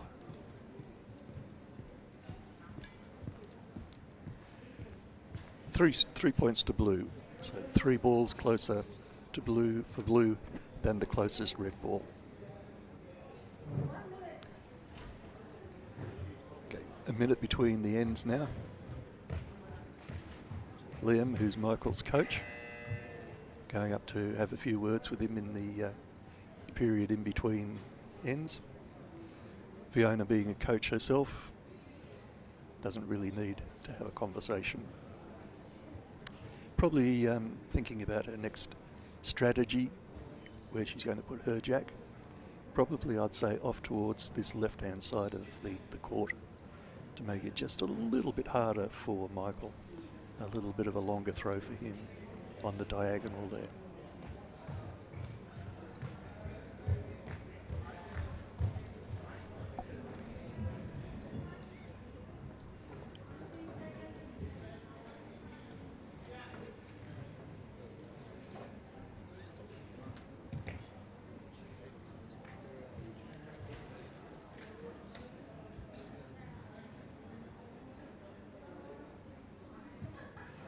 The minute between ends ticking off. The referee picking up the jack to take down to give it to Fiona Porch to play the jack in the second end of 4 ends in this boccia match.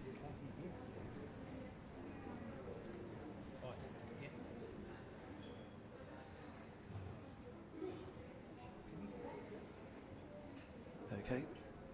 Shows the bat to the timekeeper.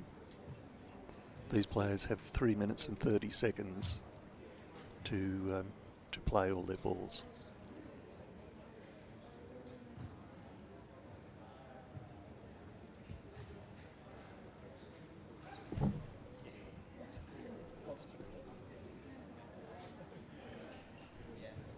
Yeah. The time accumulates over the 6 balls. The clock starts when the referee shows the bat to the timekeeper and stops when the ball stops running. Okay, Fiona's got a reasonable approach there. Let's see whether Michael can... oh, beautiful ball. Lovely ball from Michael. I must say the South Australian uniforms, very striking. When they all walked into the hall here at the Australian Institute of Sport, they made quite a spectacle with their bright red uniforms. Can Fiona get on the jack now? No, not quite. The red ball is still closest, so the blue player keeps playing until the blue ball is the closest, or they run out of balls, whichever happens first.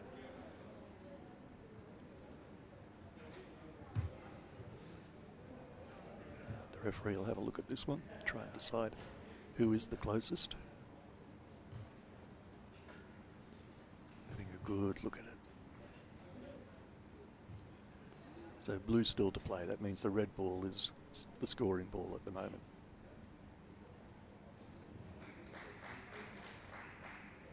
Can Fiona get down there onto that? And she has too. Lovely shot. well positioned there. The blue ball is covering the jack from the approach from Michael with the red ball, and there's another blue ball there just behind the red ball. That's going to be a bit of a problem for him as well. So Fiona's got things pretty well tied up there.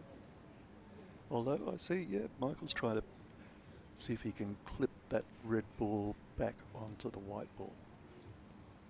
That'd be a good strategy. I think he's going the right way about it there. Let's see how he can manage this. Oh dear, foot over the line. See, his foot there is touching the front line of the box.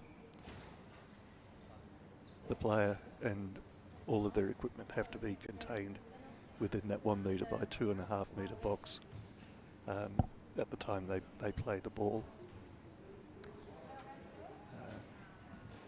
Just unfortunate there that Michael had his foot actually touching the line. At this level, the referees are very strict. This is the highest level of boccia that you're going to see in Australia until November, when here back at the Australian Institute of Sport there'll be the 2025 Canberra World Challenger, where we'll be seeing international players from all around the country, all around the world, coming to play boccia, and we'll be covering that live too. So if you keep your eye out for that, we'll bring you the best coverage of the 2025 Canberra World Challenger in November, early November up. Okay, now we're ready to go again. Is Michael going to be able to move that red ball? No. And the ball goes out. Placed in the dead ball box. He's got this ball and another still to play. 6 balls. Can he do what he wants to do there? No, I think that's pushed the blue ball up a little closer to the jack.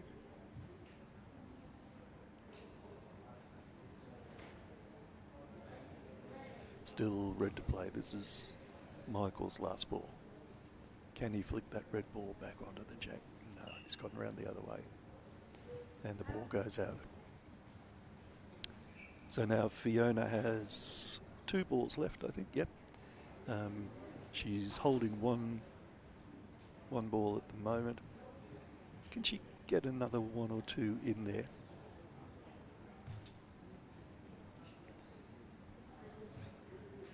She's 3 up on the first end. If she could get another 1 or 2 up here, that would put her in a very good position for the rest of the game. She's asked for the score. The referee says holding 1. No, she's going to decide not to throw her last 2 balls, because there's a chance that she may knock that ball of the red ball of Michael in front of the jack there, and you wouldn't want to take that risk.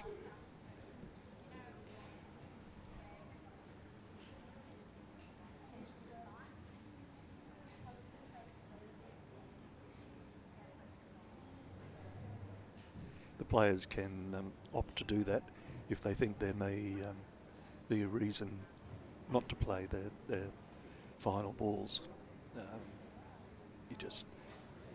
You could either just throw them onto another part of the court where they're not going to do any damage and use those as trading shots, or what most people opt to do at this level is to just tell the referee, I'm not going to play my last 2 balls. Bit of a problem, I think, with the timing program here. The referee and the timekeeper working on it at the moment. Lots of boccia going on here at the AIS, Australian Institute of Sport, at the moment. We're in the middle of an open classification. people who don't have a significant disability but and don't qualify for the other classifications can play in the open classification, but also anybody can play in the open classification. You can get some boccia balls as long as you're sitting down and enjoy throwing boccia balls with your friends. And you need to point out to them this is boccia rather than bocce. A lot of people confuse the game because the names are so close. But boccia is only played on an indoor wooden court, and bocce is tended to be played outside, at barbecues and all that sort of thing. And this is a Paralympic sport. You can go all the way through to the Paralympics, or you can just play with your mates. Fiona gets a penalty shot here because of that problem with Michael having his foot on the line. You see the square in the middle of the court there. She gets to play a ball. If she can get it into that square, then she'll be given another point. So this could be something that will put her in the lead as well. When you're sitting down there at the end of the court and you're looking at that 35 centimetre square, it looks like a postage stamp, and you're thinking, how am I going to get my ball on there? I wonder if that's going through Fiona's mind at the moment. This will be a free point if she manages to do it.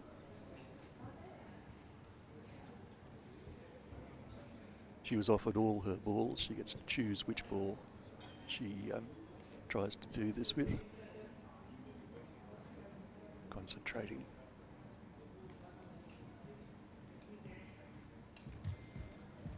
Oh, rolled straight through it. Yeah, probably just a little bit too much power on that one. That can happen when you're a little bit tense. You're trying to do something that's important, and you tend to overthrow sometimes. A little bit of discussion going on with the technical delegate, Craig Thorne, here, and trying to sort out the problems with the timing. 1 to blue for that end. We're in the middle of the competition, the game here. 2 ends down, 2 ends to go, and Fiona Porch from New South Wales leading by 4 points to 0 from Michael Williams from South Australia. Michael's coach, Liam, come down for a conversation again. Give his players some advice. Maybe just cheer him up a little bit if he thinks he's not playing well. A few kind words from your coach can make a load of difference. I think he's suggesting here that Michael might like to play his jack over to the right-hand side of the court as we look at it, just to give him a little bit of an advantage over Fiona. Liam, a player himself, as well as a coach, and very instrumental in starting up Boccia again in South Australia after a little bit of a down period there for it. We have representatives here from all states and territories in Australia, with the exception of the Northern Territory. But I know Charles Ariku, our development officer, has been doing some good work in the Northern Territory. If you're listening to us, watching us in the top end, we'd love to see you here at the Boccia Australia National Titles next year with a team.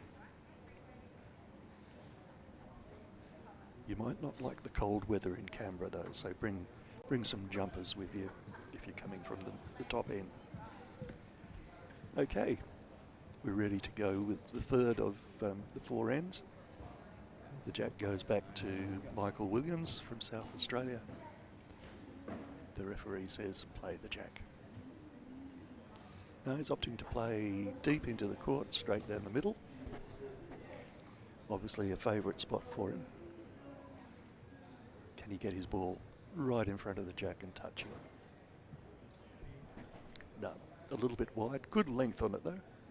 Had it been a little further to the left, would have been a good shot. But it leaves the jack open now for Fiona from New South Wales, Fiona Porch. She was finding the distance a little bit long in the first couple of ends. Let's see if she can make it this time.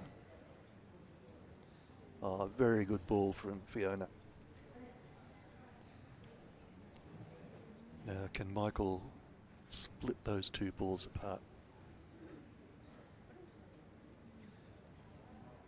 No, nice, again, nice power on that one, but just a little bit wide. He really needs to pick up a point or two on this end before we go into the final end.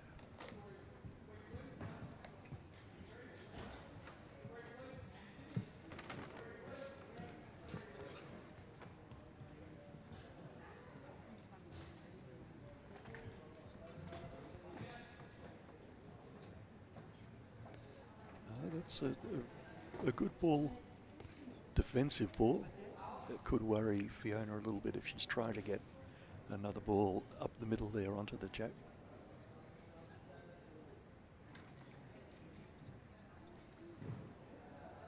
Last ball for Michael Williams now for this end. How close can he get? Looking good. Oh, I just missed the blue ball. Okay, so Red have run out of balls, Michael, and Fiona now has the opportunity to see if she can score more. She's up by 4 already. She'd probably like to get another 2 or 3 at least in that scoring circle that is closer than the closest red ball.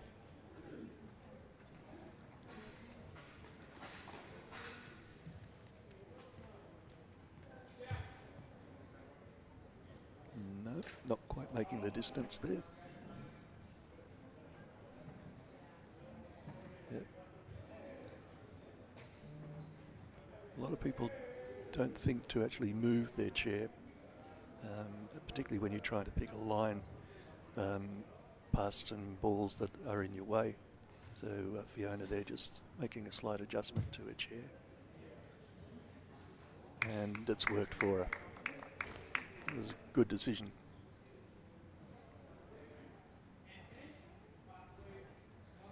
Now she can just hold her cool and get another couple of balls in there, maybe 3.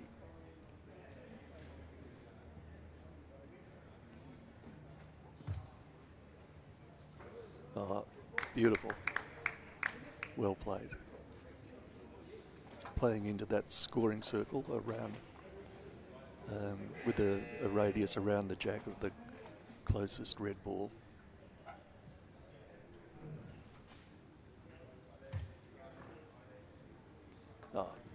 Good play.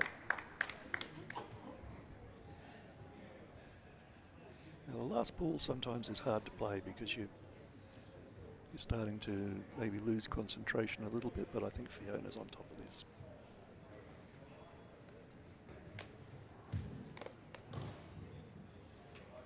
No, not quite making it. But not to preempt the referee, I would say 4 to blue there.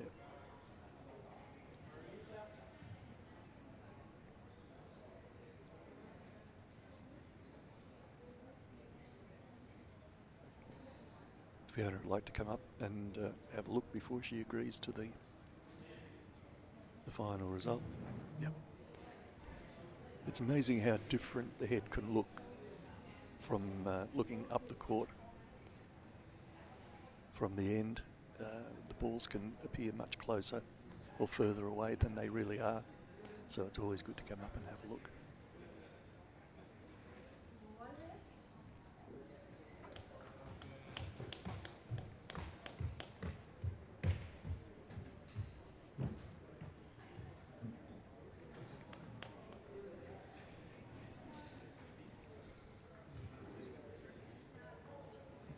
The referee returning the balls.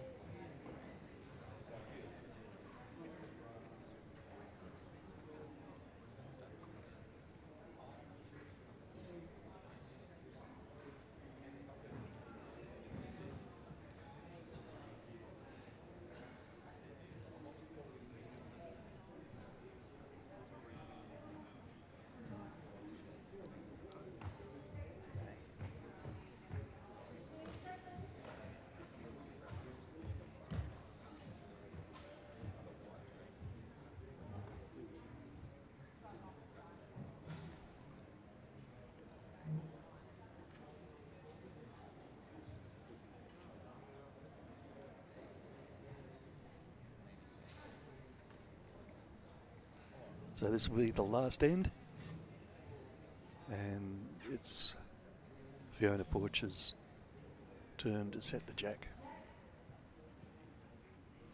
Will she come over to the left-hand side? It looks like she's going to.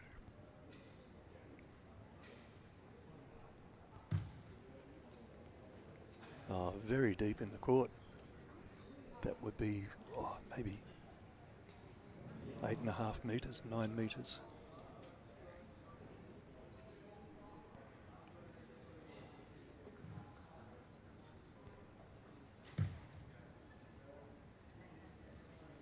Lovely ball at that distance. Great shot.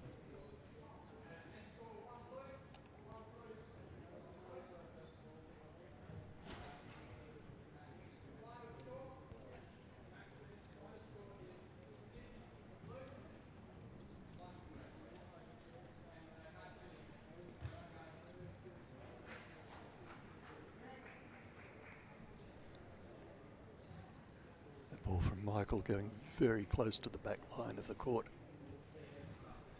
Oh, this one looks good. This one looks good. Oh, what a pity. Just bounced off the jack, leaving the blue ball closest, so the red player still gets to play. But that was a magnificent ball. That one's gone out over the back line.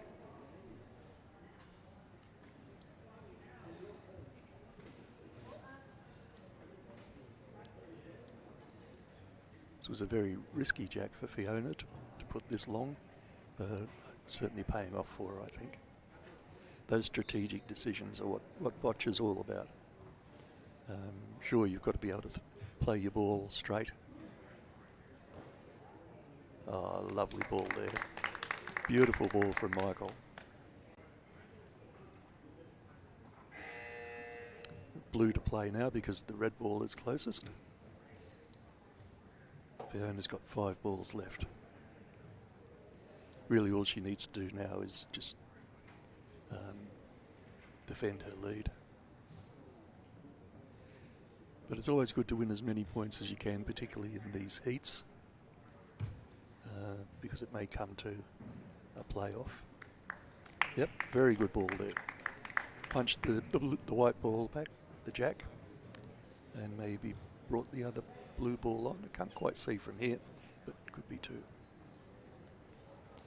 That leaves a very narrow gap for Michael to play into, out over the back line again. The only thing Michael can do really now is come down between those 2 blue balls onto the white jack.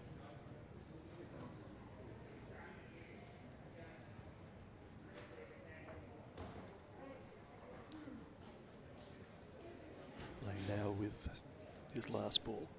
Can he do it? Oh dear. Foot over the line again. So retracted ball and another penalty shot to Fiona.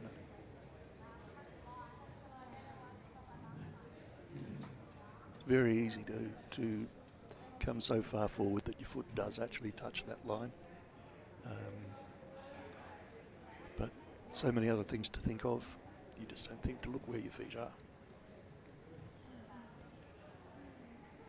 But a very creditable game here for Michael Williams from South Australia. The Unley Dragons can be proud of him.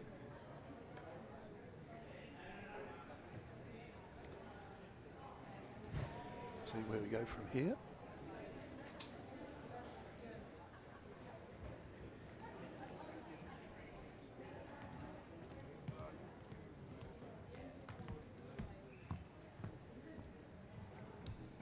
So Fiona's going to go for the points, I think. Now she can do the same thing. She could come down through that gap between the 2 blue balls, or she could opt to push one of the blue balls closer. See where she goes with this. Oh, just a little bit short, a little bit short. Needs to put a little bit more power behind the ball, or perhaps choose a slightly harder ball. These balls aren't all the same. Some are hard, some are soft, depending on what you want to do with them, what you choose to do.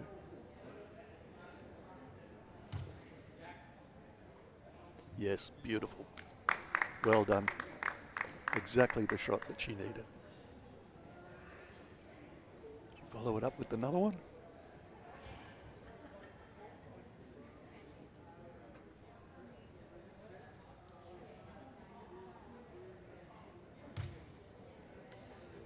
No.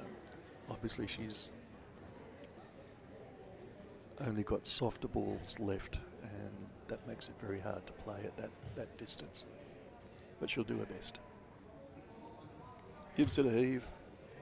Oh, yes. Oh, that was lovely.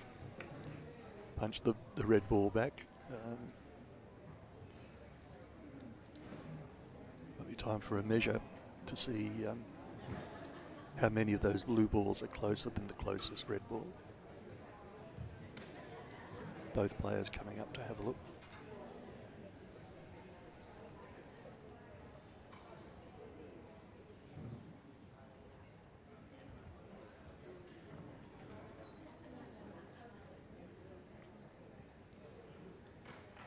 The referee using the calipers.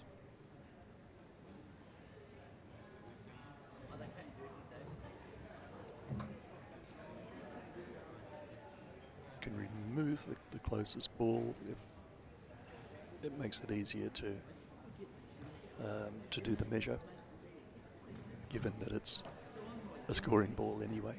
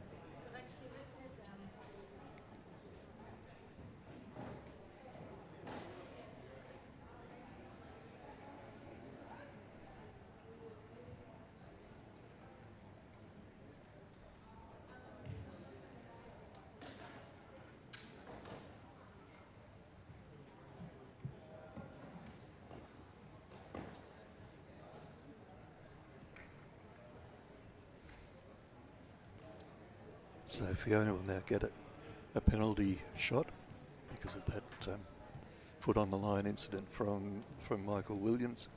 Once again, she'll try and play her blue ball into the square in the middle of the court, and if she does, she'll get one extra point.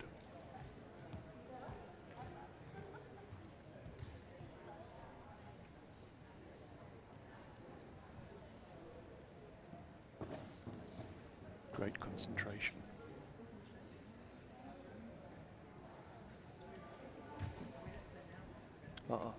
Just short this time. As I said, very, very hard thing to do, to land a ball into that tiny square.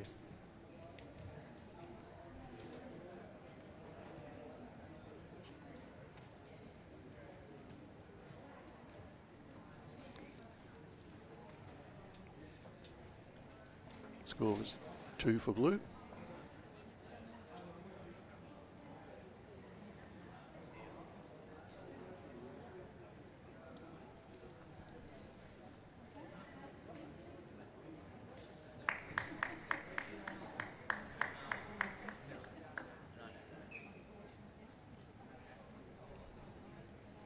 So I think that makes it 10 for Fiona Porch at the end of the game from New South Wales, and Michael Williams from South Australia, unfortunately not getting on the scoreboard at all, but playing very creditably.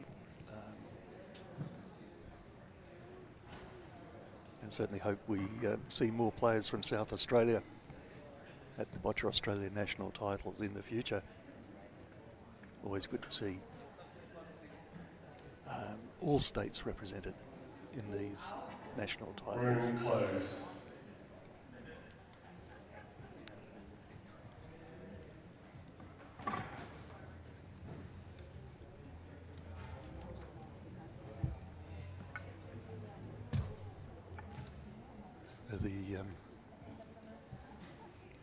The players will be asked to come up and check the details on the screen and make sure they agree with everything before the match is declared finished.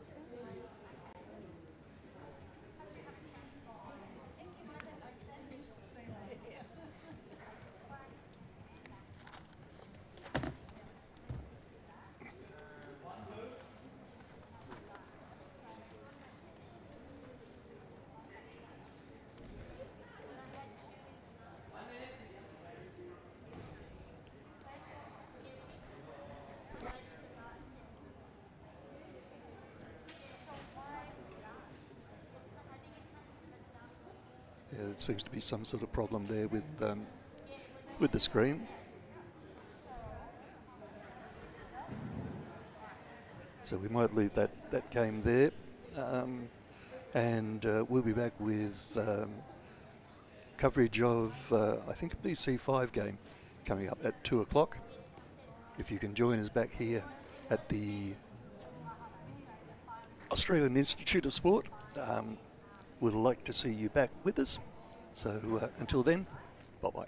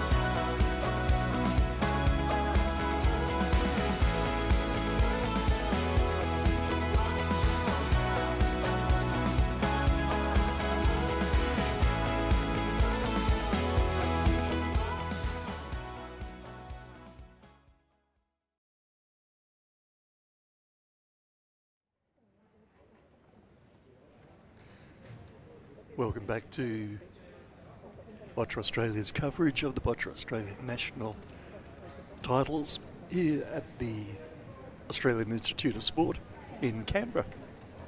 We've got a BC5 game coming up for you. I'm Phil Bates, and with me in commentary, John Adler. Good afternoon. Welcome back, John. Thank you. Had a bit of a break? Had lunch. Oh, lovely. Ready to go again. Okay, the players we've got for you today. I think, I don't want to say anything, but age versus Experience? Experience. Yes. Yeah, here. We've got a young player, Thomas Robbins, from Queensland, ranked number 1 BC5 in Australia at the moment, and Darren Jones from New South Wales, who's been playing longer than I have, and certainly an experienced player, ranked number 10 in Australia. Darren plays his boccia at with the Northern Beaches Club in New South Wales.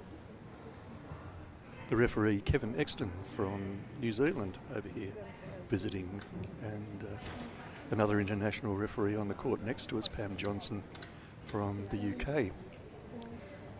Very, very experienced referees at this competition. And just the same, we send referees all around the world as well. We do, we do. Okay, so the red player always sets the first jack, so it's Darren Jones to set the jack.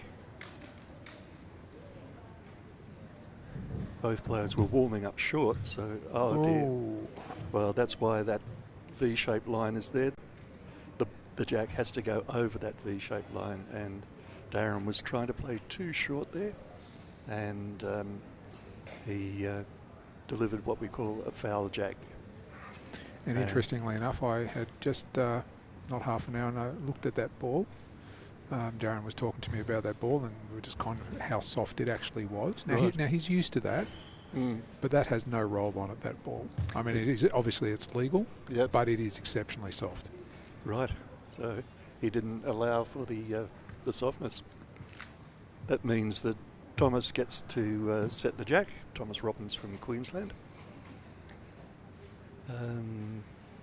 Not as good a hold as he probably would have liked, but close.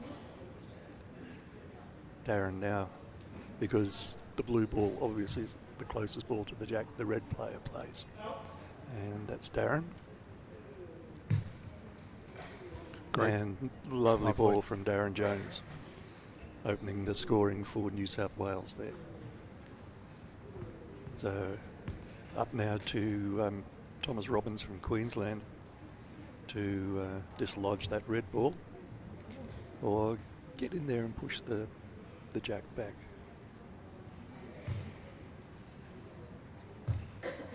Well, he's done Yep, exactly he's that. done that. Well done, Thomas Robbins.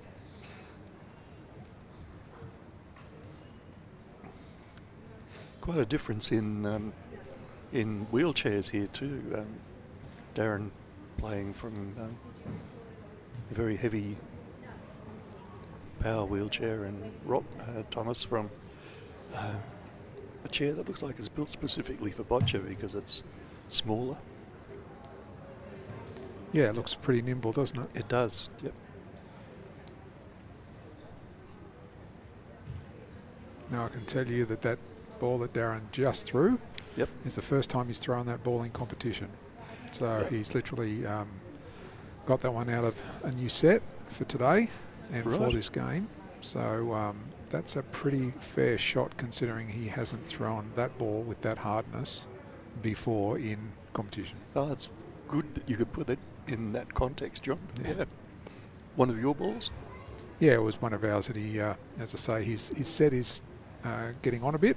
Yep. And is softening up over time, as boccia balls do. They do, yep. And he was looking for something that's just a little bit harder, particularly if he's going to have to play longer ends, as he's doing here today in this game.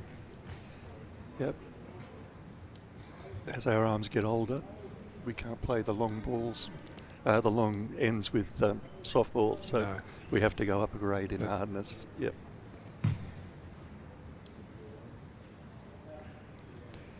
Ball goes out over the sideline.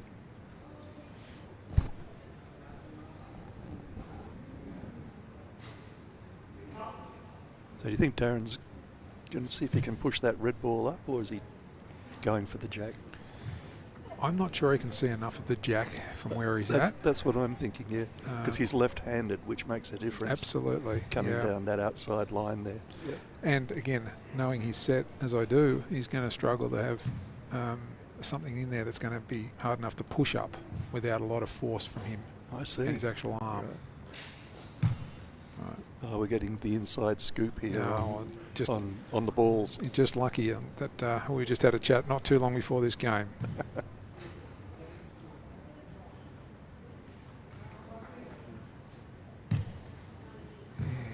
Yeah, he is balking a little bit at coming down that right-hand side. Exactly right. Yep. It's clearly his view of that jack was obscured enough that he was veering to the wrong side. He's used all his balls up now, which is he's going to give blue a great opportunity to make a multiple here. Yeah, so Thomas could maybe drive that jack back a little bit, bring those two blue balls that we see there further into the equation. Oh no, he's doing approach shots. Yeah. So he can just build on that, really, can't he? He can. And just sit on that, and then the next one sit on it. Yep. Because this is technically Darren's jack end. Yeah. Thomas gets the next end jack as well, so he can make use of that.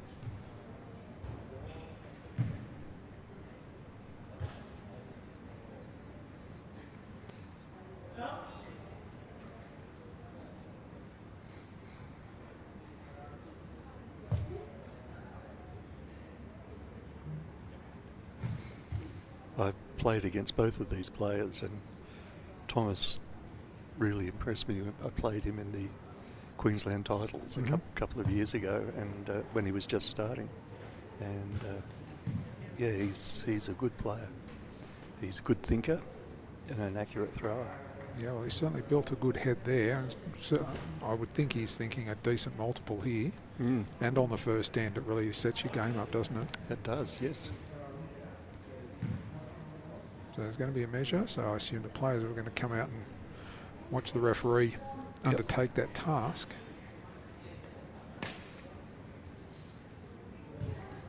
I'm a big fan of the BC5 classification.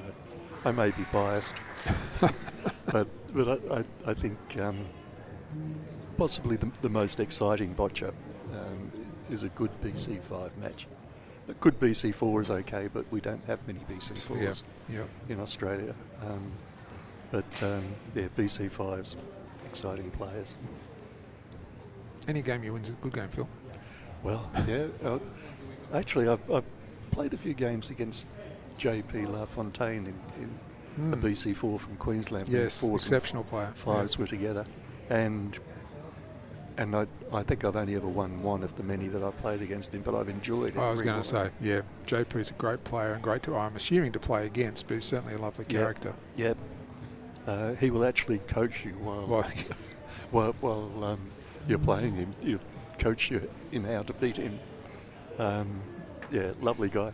And still playing internationally too, which is good to see. Yeah. But we're in a BC5 game here. 2 for blue for Darren Jones. First end. No, for Thomas. For Thomas. Yep. Yeah, like last time I get my blues and reds mixed up. That's all right. I'm sure the players will correct you. Yes. 2 for Thomas.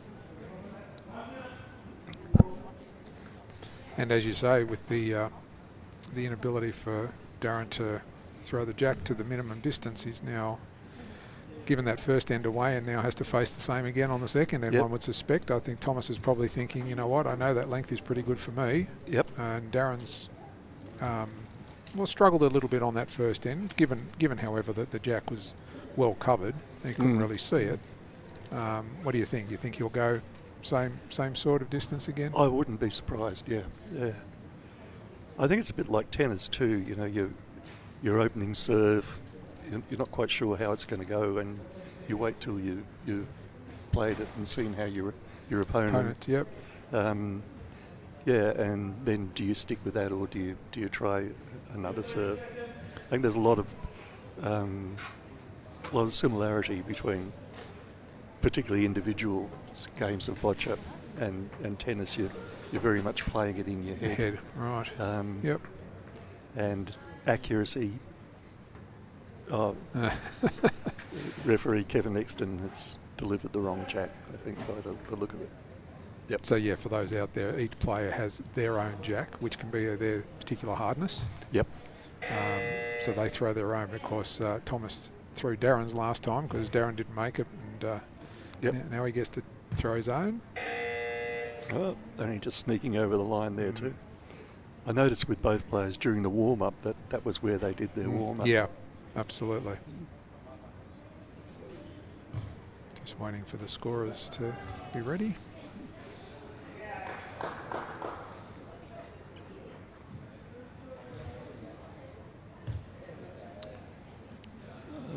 Shame there.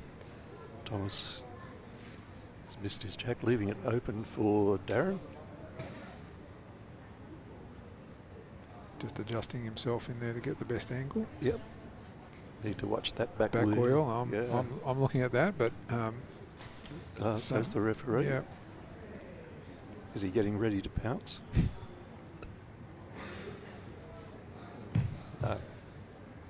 Nice ball from Darren. Yep. Well done. And always harder to play, I suspect, when the other person's dictated the length. Yep. Yep.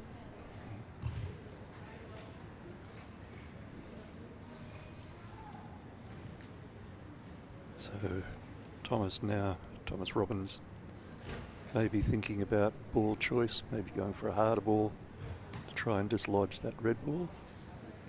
And moving around in the box to change his angle. Yep. So good to see.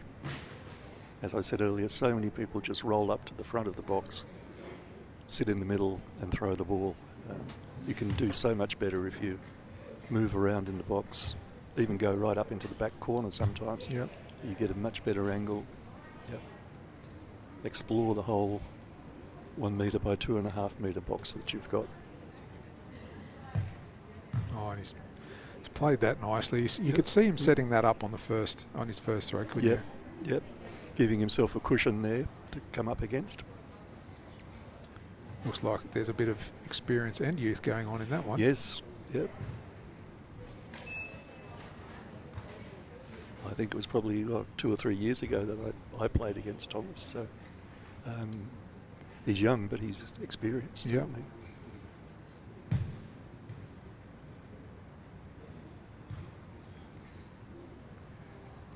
If Darren's doing a bit of blocking here, try and stop Thomas getting in any further. Might be rushing his shots just a little bit. I was just thinking that. Yeah. Oh, yes.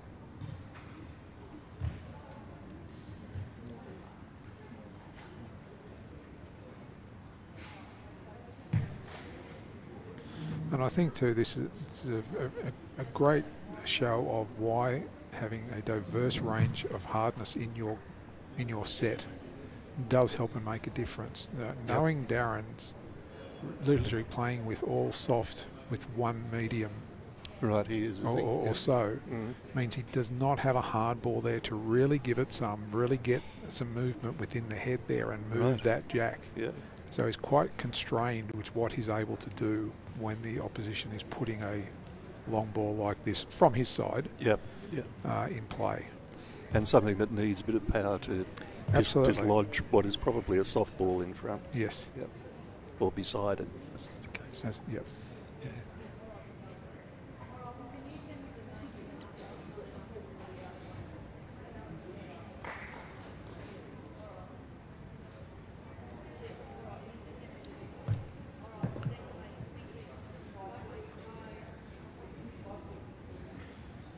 Difficult for him to make a second? Head's not kind, or how would you be playing this one? I'm just wondering if he's setting up to push that blue ball that's close to the V line there. He's moving right up to the back of his box so he can get a good line on it and push it round so it comes down beside the existing holding ball. Oh, I think that's what he was trying. He's a thinker. Yeah, absolutely. Dangerous thing, a thinking boccia player.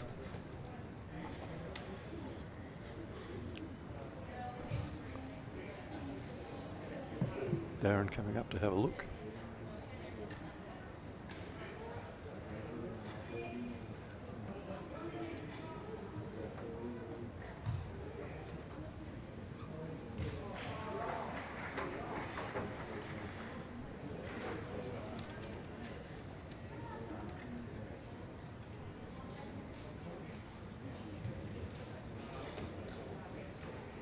Moving in slow motion.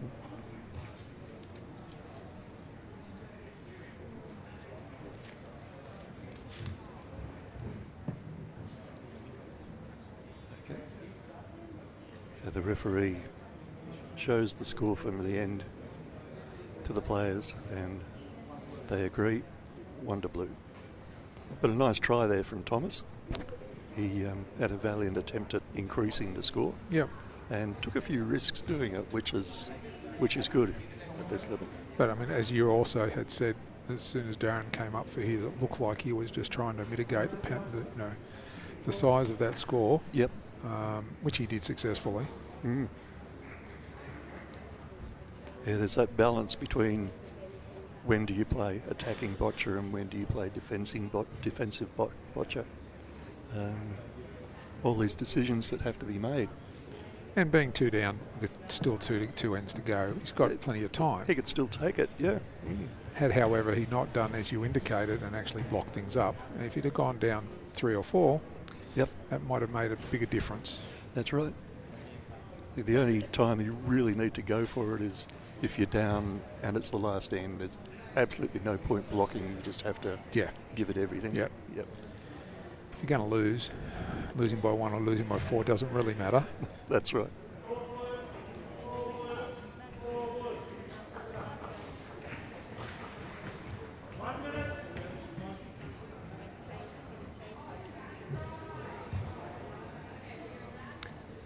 Let's see how Darren goes with the jack this time. The players take it in turns, 4 ends. Red plays 2 jacks.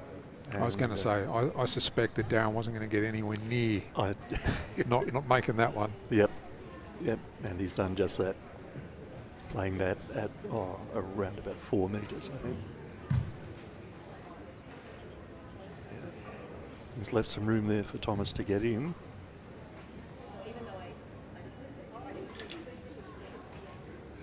Looks like he's manoeuvring there to just come up onto the jack.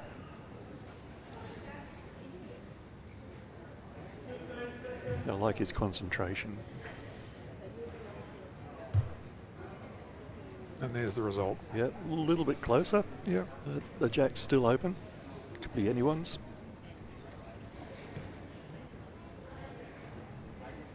But again, with Darren being a left-hander, those 2 balls there could be a problem for him. Yeah. And as you say, moving around in his box will give him a decent opportunity to sight that jack. But that's where we were talking about the difference in the 2 chairs. If you've got a narrow chair, you can move it in a better space in the box. But a big, heavy chair like that, you don't get as much manoeuvrability without getting dangerously close to the line.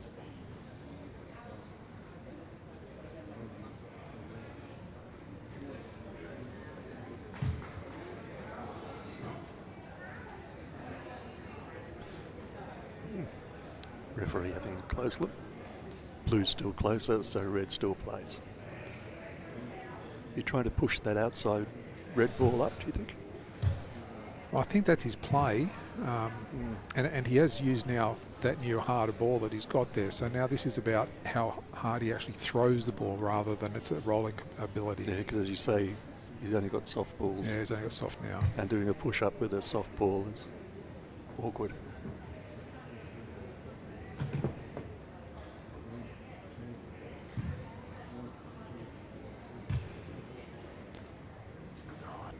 Tried it, just not enough. I wonder if there's room there now for Thomas Robbins to get down the side of it, maybe do a draw shot. Yeah, this will be an interesting line. You wouldn't want to be giving it away. No. You know, when you are holding one, this is the third end of 4. But if you draw a circle around the jack with the radius from the jack to the first red ball, all he has to do is get his balls in that circle. Sure. So the draw shot's hard to play, but if you've practiced them, it's very useful. And oh dear, that's a shame. It's knocked Darren's ball up onto the jack. But he can fix it. Yep. It will be hard, I must say. Yep. He's got that. Had Darren thrown that shot, he'd be very happy with himself. Yeah. Because that's fairly blocked up. Yep. Need to thread his way through those balls there to get onto it, but I'm sure he's got the skill.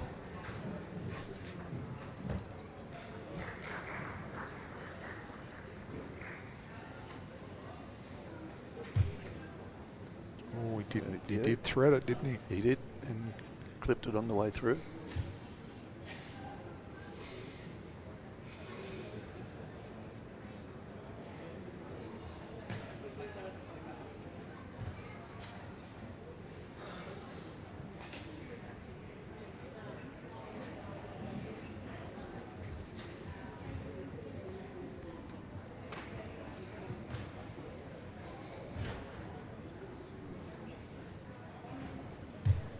Thomas coming through again.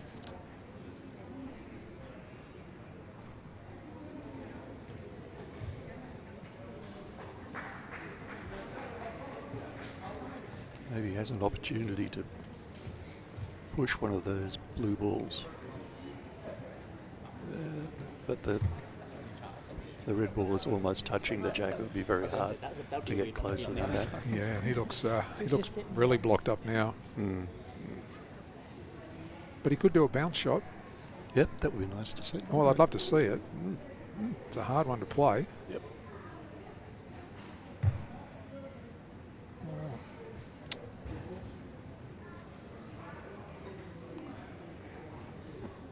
One to red, I think. Well, that tightens it up. Tightens it up for the last end. It does, yep. Never say die. Just when you think you're out of it, you're in it. That's right.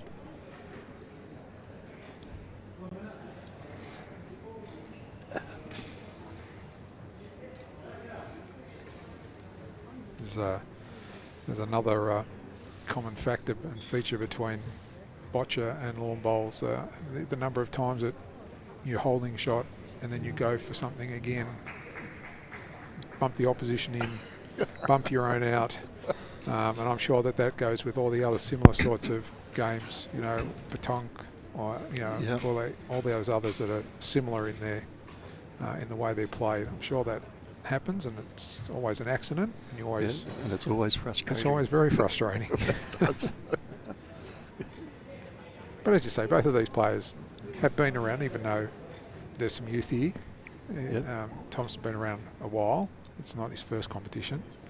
So that won't be the first time that he's done a small error like that, and he'll just be thinking to himself, I'm sure I've got another end, and, I'm ahead. Yep, that's right. Is it worth taking the risk? Yeah. Yep, I'll try it. He looks like he's going to play long. Oh, you were right. Oh, I could see it in his eyes. And whether or not he's cottoned onto the fact that Darren probably doesn't play the long ones as well as he does the short. Yep. Because that's a considerably long end for Darren from his chair position on that side of the court. That'd be close to 6 metres from there.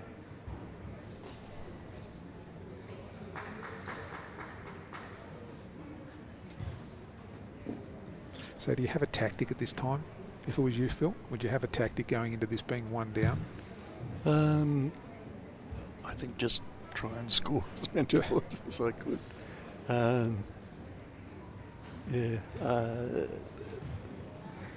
It's hard to think outside the court of what you would be doing on the court. Yeah.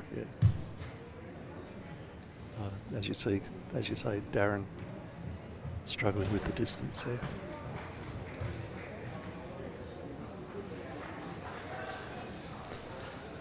Darren coming up to the head there to have a look, and I suspect just to see just how far behind the jack both of those balls are, both his and his opposition's. See if how he can work off that, how he can play to it, knowing that he needs 2 to win. Yep. Can take one shot and go to a tiebreaker. Yep.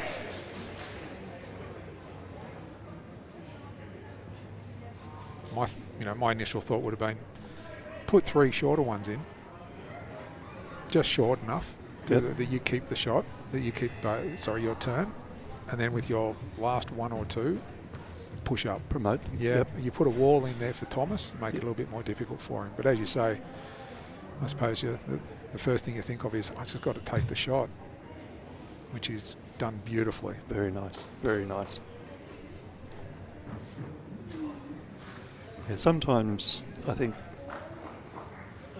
that coming out and having a look and then going back can be a head thing. Yep. I've been known to do it just because I needed to settle myself, Bit of time to think. Yep. And as you say, they seem like they were rushing in the first end, or first couple of ends. Yeah, certainly. I think Darren was. Yeah.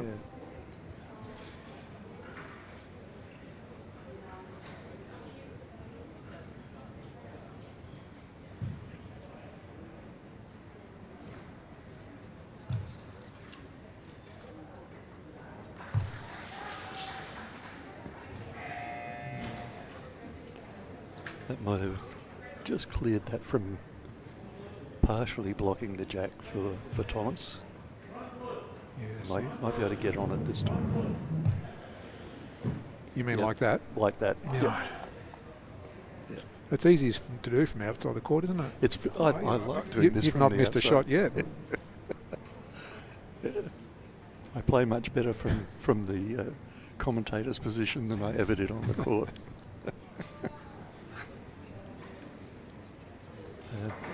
Darren making sure he's lining up properly here now. And in a difficult position. This is your new ball coming, is it? Yep, so that'll be the hardest one he's got. Right, made the distance. Mm.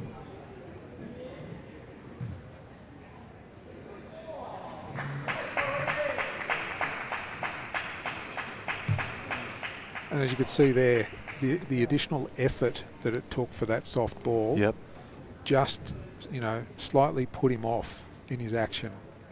And there's a definite balance. Yeah. When I'm coaching people, I say the more power, the less accuracy, and vice versa. Right. If you've got to put a lot of power in, Yep. you're going to pay with accuracy. Yep. And that's where it does pay to have those harder balls. Yeah.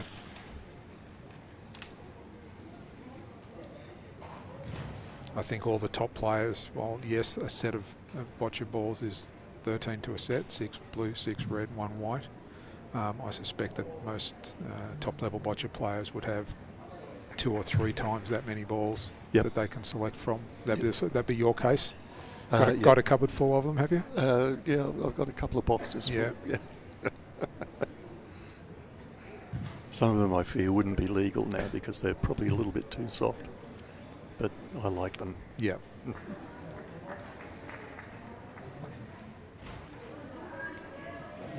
So there's going to be 1 maybe, do you think? That's what it looks like.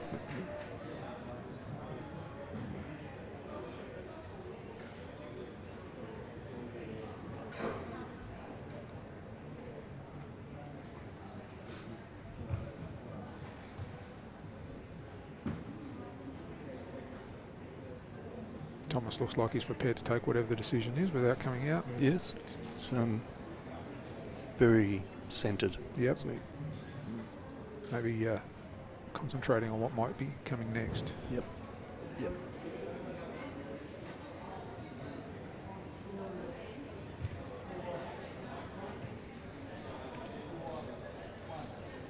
One to red.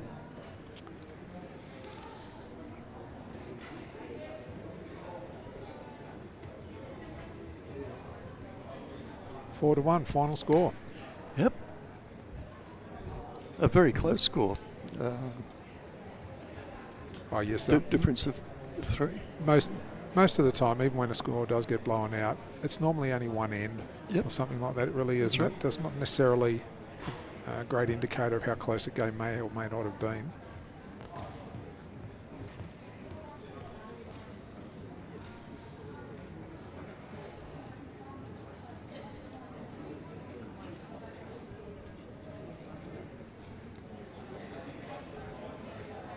And like all boccia games, I must say, always played in good spirit. Yes, yes. I don't know what it is about boccia. I just don't think I've ever met a boccia player I don't like. Even the ones that beat me.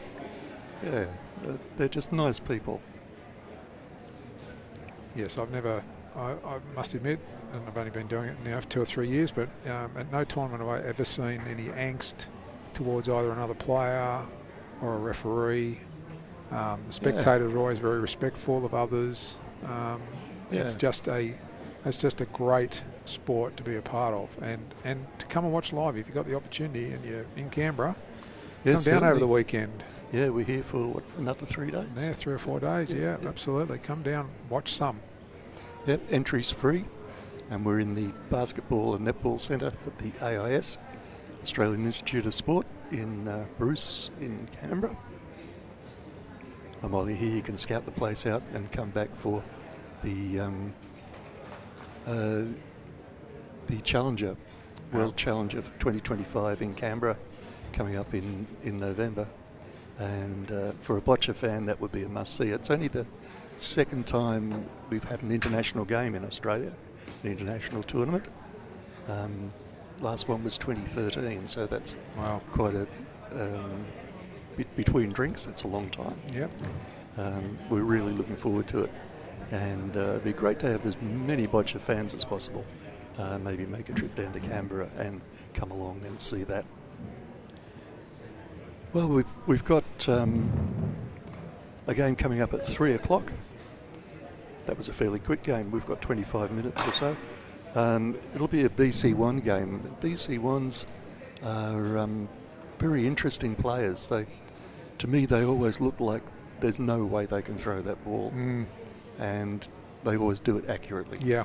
The result is just amazing. Yeah, the effort and intensity is just another. It's on another level, really, isn't it? As you say, you know, you really don't think it's going to happen, and then all of a sudden, not only does it happen, but it happens with great skill. Exactly. You phrased it beautifully. So please do come back to us at 3 o'clock for coverage of that BC1 game. I'd like to just thank our partners yet again for this live coverage, Spark Events Group, Drake Maddox, and of course Australian Television and Media Group. And thank you to you, John Adler from Boccia World. And we'll probably see each other somewhere again very soon, I think. I hope so, Phil. It's always a pleasure, mate. Okay. Thank you. Thanks, everybody. See you again at 3 o'clock. Bye for now.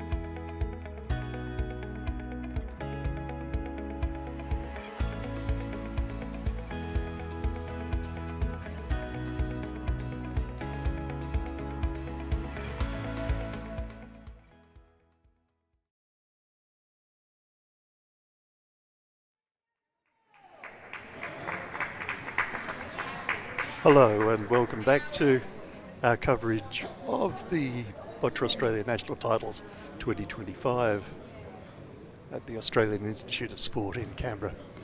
My name's Phil Bates and with me is Amanda Leeson. Hi Amanda. Hi Phil, thanks for having me on. Oh, it's good to have you here. You've seen a few Boccia games in your time? Oh, one or two. I've competed in one or two. Oh, good. Nice to get your perspective on a thrower's game. You're more into ramping with the surname Leeson, I imagine. Yes, Yeah. my daughter Jamison is the BC3 Yep. female player for Australia. Yeah. We've got Christopher Allardyce and Vaughan Ackerman here, both from New South Wales. We've got Vaughan playing red Vaughan playing red. and Chris playing blue. Yep, that was decided by a coin toss in the call room before the beginning of the game. They're occupying the middle two boxes with the red player playing from the left-hand box, right hand as we look at it. And he played the jack and the first red ball. Missed the jack a little bit, but Chris misses it too. So not a good opening for this particular game, but both players perhaps just sort of feeling their way into it. A little bit nervous possibly, being on show court. Yep. And we can see that Chris's ball is closer, so it's going to be Vaughan's turn to go next. Yeah, that's right. If the blue player is closest to the jack, the red player goes next, and vice versa. And they keep playing until their ball is closer than the other colour. You'll pick it up as we go along, I'm sure. Thank you. These are BC1 players, and as I said earlier in the day, really fascinating to watch. It's hard to see how they could play accurately, but they do, and it's just amazing to watch. You can see here that they have a sports assistant that sits at the back of the court that will come and help hand them the balls, let them select which one they'd like to throw. Yep. But they cannot influence the game. No.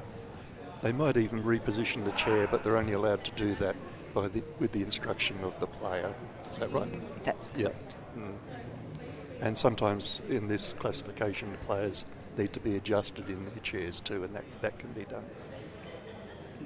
I believe they can also actually hold on to the chair so it doesn't move Yes, for the player. that's true too. Yep.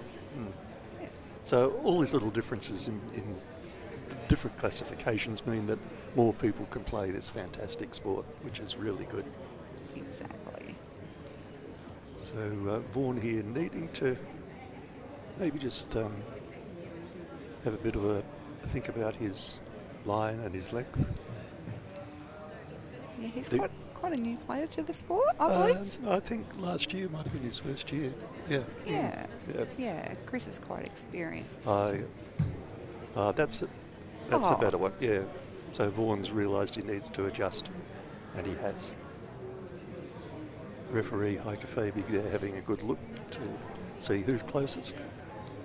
Saying blue is still closest, so red to play.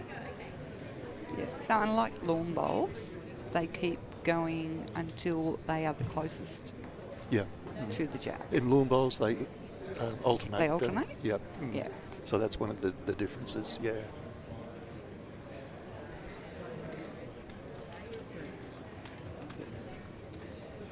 And so in the BC1 category, they have a time limit, which changed. Yes, it has changed.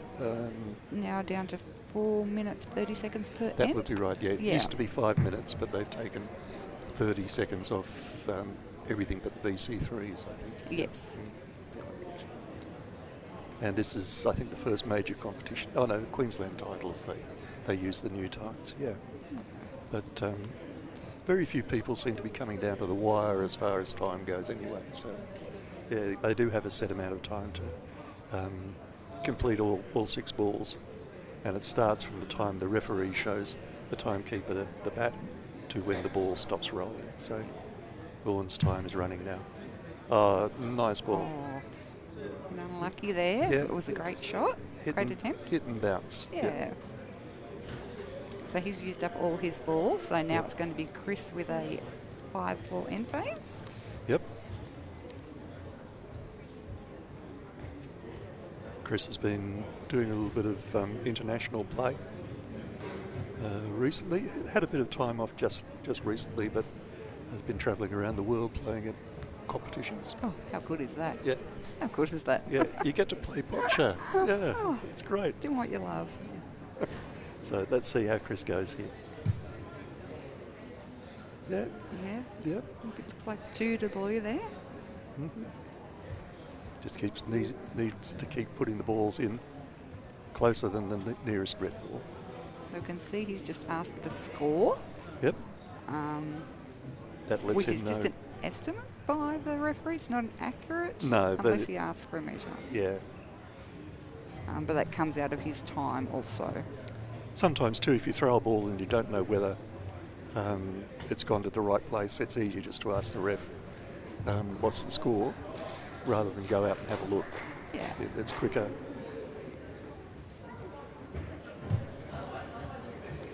Rolled through the head there.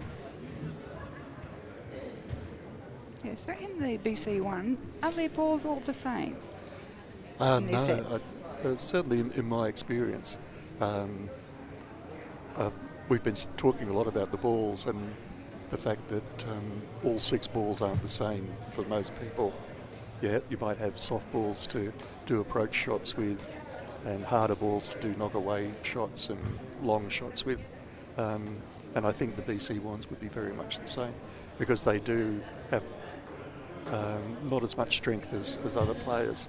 They need, I think, to adapt to that with different ball hardnesses that roll differently. Yeah, and so it just comes down to personal preference of what jack length they'd like to play. Yeah. Yeah. So he's asking his sports assistant and coach, Sue Olsen, for a ball. Just coming out for another look to look at the position there to see how many he may be holding and how much room he has to draw another shot with.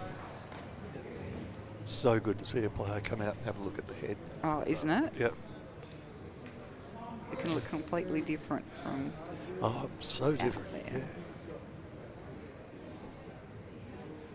I was talking earlier about how I like watching curling because they have the overhead shot, and you can, not that I'm saying that our people here should do that, but yeah, it's so easy to see when you're right over the top of it, which is what Heike's doing there now. Yeah. If you're a boccia player and you haven't watched curling, I think you should do. We were also talking about it earlier this morning. It's timekeeping. Oh, right. So the end's been finished, declared and finished. Yep. But I do believe that at the end of the end, the referee indicates the score, but the players are allowed to come out and have a look. Yes. To agree. Before they agree to it. Yeah. Yeah. Yep. In case they want to measure or.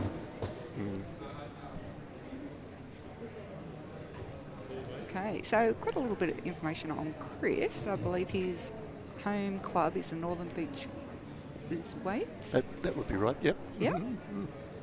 Yeah. A lot of good boccia played in the Northern Beaches with the Cerebral Palsy Alliance being based there. That's pretty much where boccia started, I think, in Australia. Yeah, well, my daughter Jamison was actually, she started there. Right. Got selected at a school boccia tournament. I remember that, yeah, that was a big thing for everybody. Yeah, but then we came down to the CP Alliance at Lambie Heights and went from there. So a lot of great players have come through there. Yep. I think Vaughan, I can't remember whether it's Penrith or Liverpool, there's a lot of interaction between those two clubs. There's Chris's Jack. Playing slightly to the left-hand side of the court here as you look at it, just to make it a little bit harder for Vaughan, a slightly longer throw. Makes the angles a little bit harder too, I think, from the other box. That's right. We were just watching earlier in the BC5 game, Darren Jones was playing, and he's a left-hander, and just how different that made the line down the side of of something, you know. Right. A shot that looked really easy to me as a right-hander for Darren was almost impossible because he had a different line coming down the different side of his body, and you tend to forget things like that happen, you know. Yeah, which you, as a player, you need to take into account with your opposition when you're assessing. Exactly. Especially at a tournament like this, which is the Nationals. Yep. You know, you've got to take that to your advantage sometimes. Yep. You would have done your research and worked out the game that your opponent plays. Exactly. Here's Vaughan.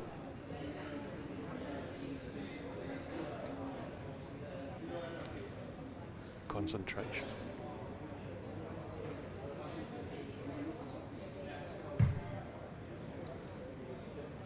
just a little bit of a wobble of the hand there can make a lot of difference. Can.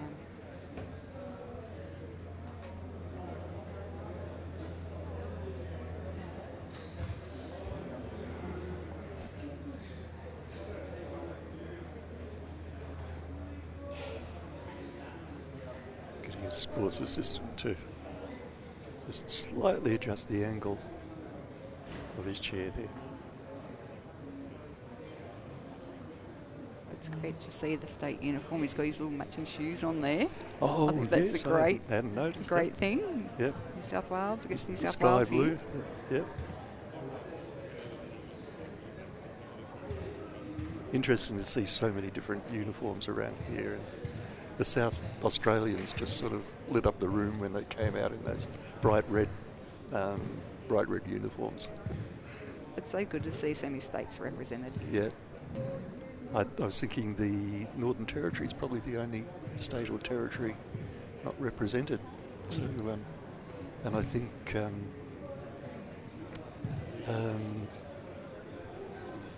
there's been some development work up there that they were running a mini Paralympics or something like that. Yeah. And hopefully, some boccia from the Northern Territory in the near future would be really good.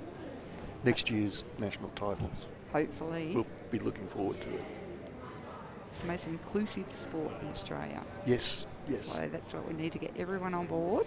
Yep. If you know of anyone that you think might like to come and have a go, yep, we're willing to come and help. Definitely come and help. That would be good. You can always use started. volunteers. And you don't even have to be in a wheelchair. You can be unaffected by disability and play in the open classification and have fun playing boccia like everybody else. Exactly. Yep.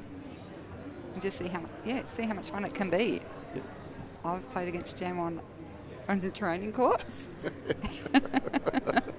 Put a long end down. She said, "Mum, what are you doing?" And I nailed it. She couldn't believe it. I had a training game against Jamison once and she wiped the court with me. This is very close, so we've got a measure going on here. So it's very, very close. Yep. I think I favour the blue, but I could be wrong. It's so hard to tell from this angle, isn't it? Yeah. Might be a tiny hard to touch. The referee, they're using the calipers, always measuring from the closest point on the two balls. You don't measure from the top or the bottom, but the closest point. So you set the calipers on the ball you think is closest, and then you refer that to the other balls. You can see some stamps on those balls. Yes. So you get the manufacturer's stamp, but then they also have to be approved. Yep. Through World Boccia. Yep, and quite often marked with individual markings like the one on the jack there that we can see, so that the player can identify which one of their many jacks they're actually using at the time. And it's so good to see people personalising things. Yeah, I know some people that name their balls.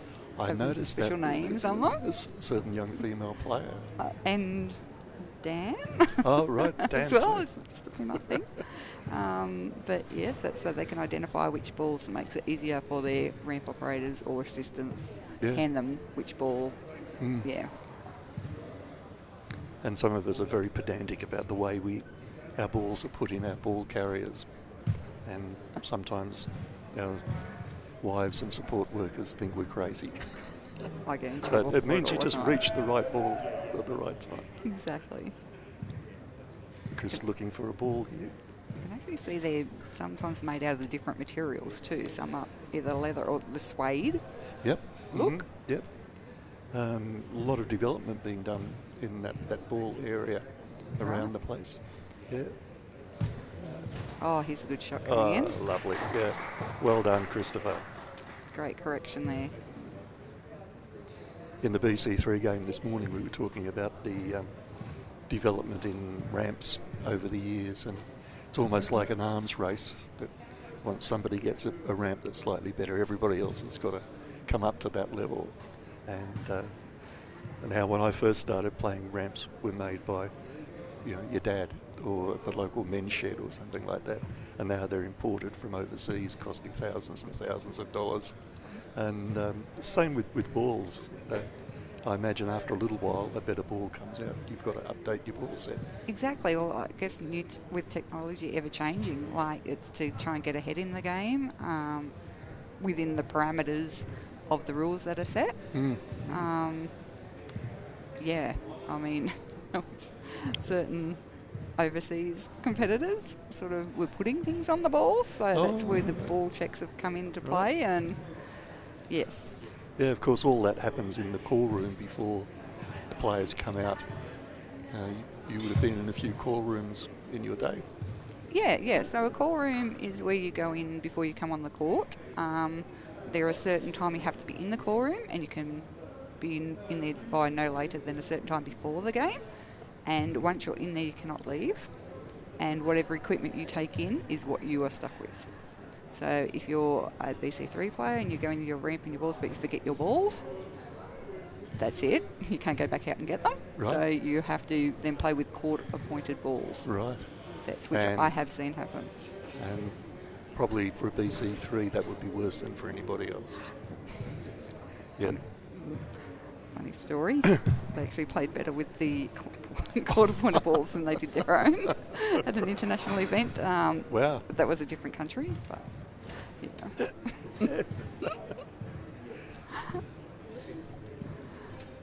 Here we go. So Vaughan is on his last ball. He's played 5. Yep. Chris's ball. I wonder if he's going to opt to block Chris with this one. Even a good close second. Yeah. If you can't get the shot, would be great. Yeah. Just to roll down onto that blue ball that's in front of the jack. Exactly. Oh, here he goes. Oh, that's not a bad blocking ball. Yeah, Chris might find that a little uncomfortable. Chris did have a nice draw through there until that ball went through. Coming out to have a look. Come and sit behind it and look back towards his box and see what line is available to him there.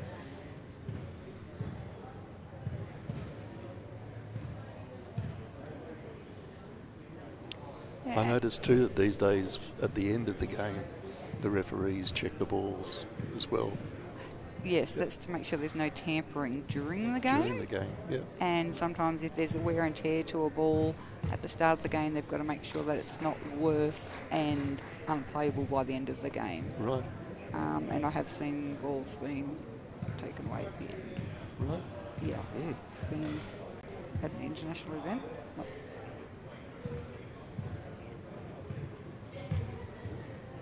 Oh, great shots there. 3 great balls. Getting into that scoring circle there. He's certainly found his rhythm here. Yep. And it is like that, I think, too, isn't it? Maybe certainly is for rampers, for throwers.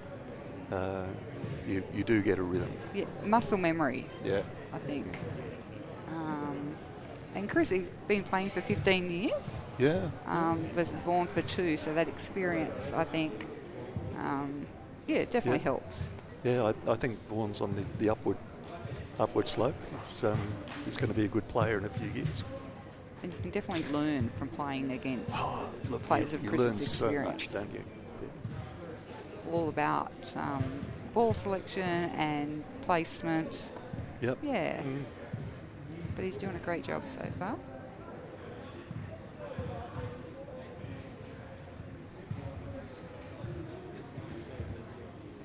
measure going on. Yes.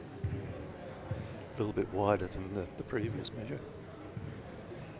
Don't think my hands would be that steady.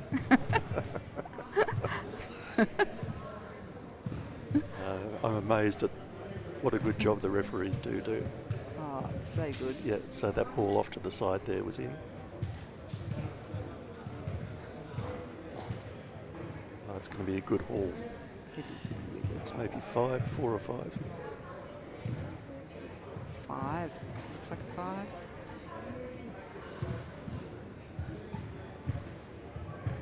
But there's still 2 ends to go, so Vaughan can. Yep. It's doable. Yep. 4. 4.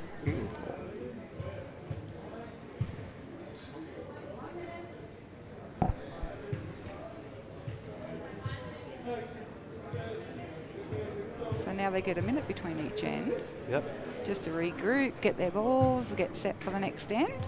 Have a little chat to their coach if they need, if there's a coach on court. Yes. Yep. Just decompress for a little bit. Yeah, Go to your happy shake place. it out a bit. Yep. Yep. Have a drink if necessary. You can have on the back of your wheelchair, and as long as it stays in your box when you're taking your shot.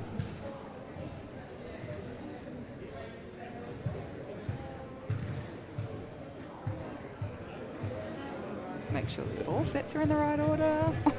Yes, vital.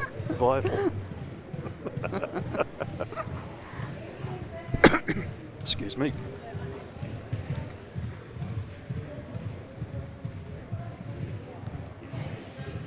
So as a thrower, Phil, is there a set way, like can they throw underarm as well as overarm if Oh, yeah. personal preference? Yeah.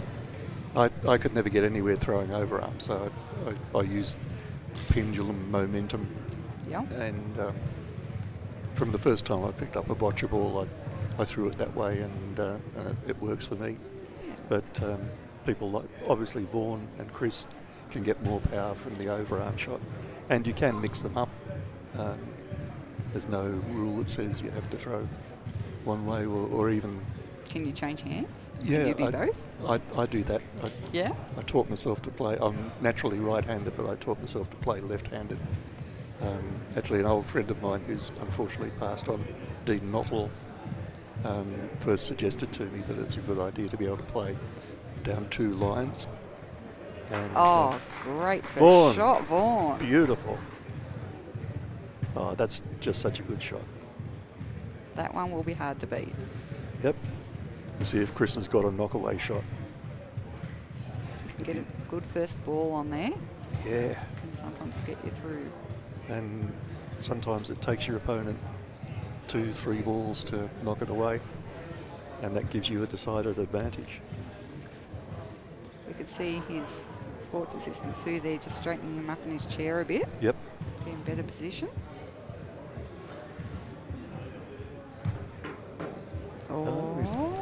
He's improved his that was position a great there attempt. a little bit. Yep. He's opened it up. Yep. Get a clear view at that jack now. Yep. So hopefully with this one, he'll be able to hold the jack.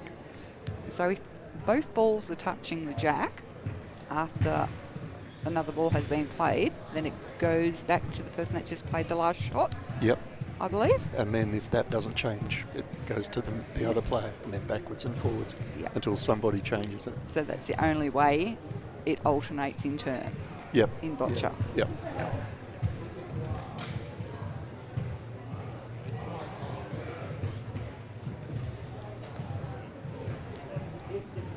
It's great to see. We've got to acknowledge our timekeepers that we have here today as well. Yes. Some all volunteers and some from our sponsors. Yep. Partnerships that we have. Yep. It's great to see them come in and learn a bit about boccia. Drake Maddox and the Spark Group. Done a wonderful job down here today. Yeah.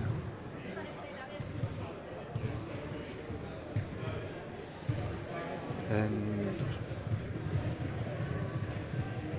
Chris, I wonder if Chris would maybe try removing that red ball now, or if he's going to go for a holding shot on the jack. Oh. A little bit of both. Yeah, a bit of both.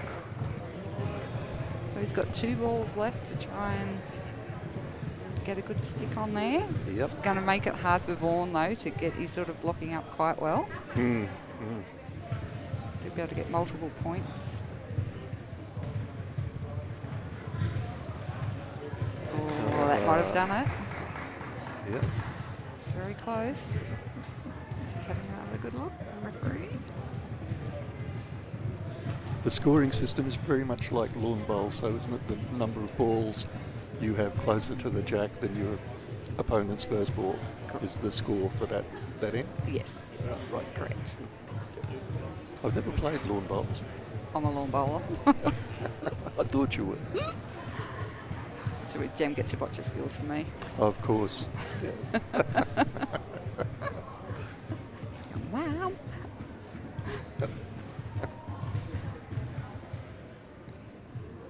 But it's similar, a bit similar in their muscle memory, especially for the throwers, not so much the BC3s, but... Yeah, now that I'm coaching, I'm starting to realise drills, the importance of drills, just doing it over and over and over. Exactly. Until you don't have to think about, oh, what a shame. Oh. Sometimes with BC1s, their grip is just a little too tight and the ball goes down. Yeah. Just that moment of release. Yeah. Just too much at the ground and then it doesn't roll, unfortunately, there. But plenty of room still to get past. Yep, plenty of balls left. Yeah.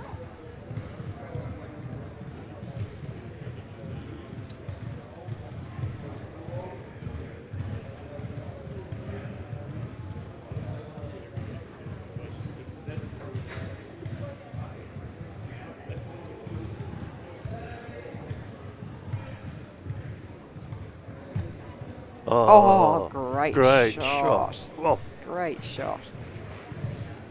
That was exactly what he needed to do.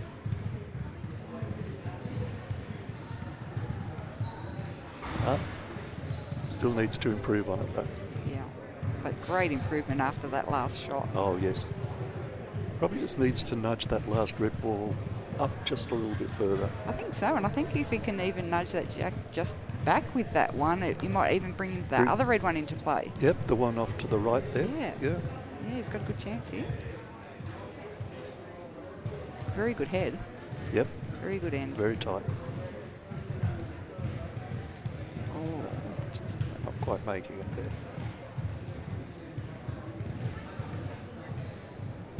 Actually noticing the courts are quite good in here. When you go to different countries and different events, you get different flooring. So at some we've played on ice skating rinks, where the balls just get it all over the place. And some are just like almost like a roller coaster, not being flat, or they have a turn to the left or to the right. But these ones are very good. Yeah, they are. Make it nice and even for both players. I was watching an international game just recently, and I mean, I'm a thrower, not as picky about floors as the BC3s, the rampers, but I was looking at the floor and thinking, I don't think that's a good floor to play boccia on. But it was an international event, so apparently for the World Challenger, there's a Terraflex floor on its way. Oh, that'd be wonderful. So Terraflex, for the people watching that don't know what it is, it's like almost like a rubber kind of surface that gets laid over the top of a floor like this. Yeah, and is the international for the Paralympics flooring. Yep. That you get. Yeah. It was to be here for this competition, but because of the problems in the Middle East, it couldn't come through the Suez Canal and had to go round the Cape of Good Hope and come the long way. It goes to show how far it comes, doesn't it? Like to get it here for these events. But it's great for Australia to have more of it to practice on. Especially coming up like with Brisbane, not that far away. No, very, very close. Hopefully we get a lot more players playing and young ones coming through. And I think it's so good for the sport to have international players playing in your country where everyone can come and see and you can get inspired and understand playing at the higher level. Oh, exactly. Just to see what what the pressure is like, what the standard is like, and just to watch and learn. Yeah. Watch and learn. Exactly. So we'll be telling you more about that later on. It's the 3 to blue. 3 to blue, 3 to Chris. Yep. So it's the score. It's 7 to Chris. I'm not sure if I missed an end. I'll have to find out. The World Challenger in Canberra 2025 coming up in November here at the Australian Institute of Sport in Canberra. And if you've got any interest in boccia at all, you really need to be there. Come on down and have a look. We're looking for volunteers. Yep, come Entry would be free. Just come and watch. If you don't want to volunteer, just sit on your hands so nobody will take you up and make you volunteer. And I think schools. Bring your children along. Bring your schools, definitely.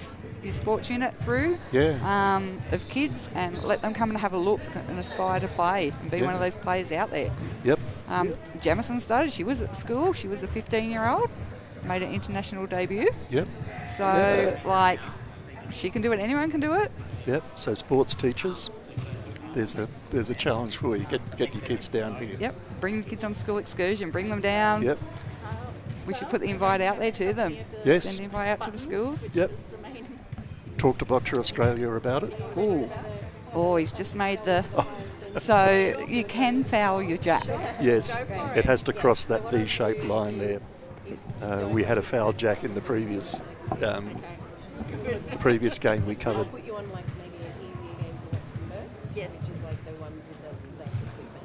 Yeah. So maybe it's sometimes good to play short because everybody else is playing long, but you've got to be sure that you can get your jack over that V line and get your first ball on or close. And it also makes it harder for your opposition to gain multiples, being shorter. Yep, that's right.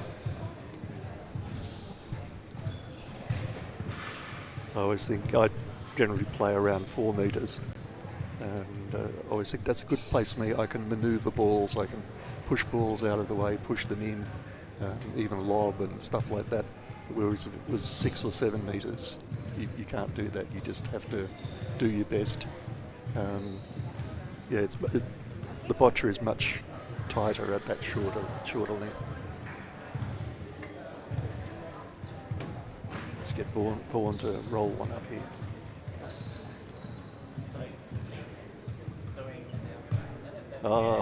Great. From the minute it left his hand, wasn't that a good one? Great line. Absolutely in Chris's line there. Yep. Chris is going to find it hard to get around that ball. Pretty well nailed it. She's going to have to go for a measure. Sometimes they can stand behind it like that and it makes it obvious, but obviously this time not quite so much. So Vaughan, even though he's behind on the scoreboard, has actually played some really great shots that should give him encouragement. He has every reason in the world to feel encouraged from this play. Yeah. Exactly.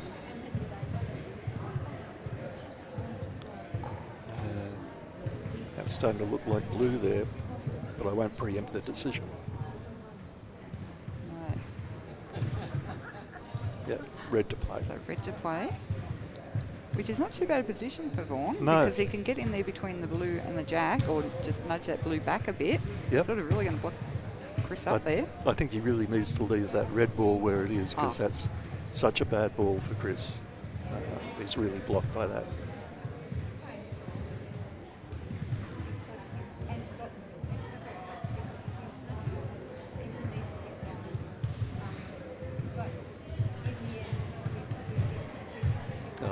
Shame. Yeah, he kind of just looked away at the last minute there. Just a bit distracted or something. Yeah, something going on the next court there. But we put a bit of a questionnaire around the players, and we were saying, do they have any good luck charms or routines they like to do before they come and they play a game? Oh yeah. And Chris likes to do a bit of a warm-up routine, which I have actually witnessed. Oh, likes right. to get his Tell us. teammates involved and Yep. puts a bit of music on, pump-up music, and Right. shakes it out and does some exercises, and he actually leads the team in it. Oh, right. So gets everyone involved.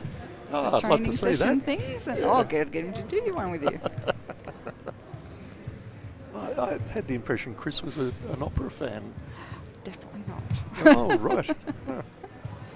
I must have been told But he, wrong things. he likes to, pump likes to up rock. and Yeah. yeah. Probably loosens him up before he comes on court. And Yeah, what a good thing to do. yeah. It's interesting to find out a bit about the players and, Yeah. off the court, what they, Yeah.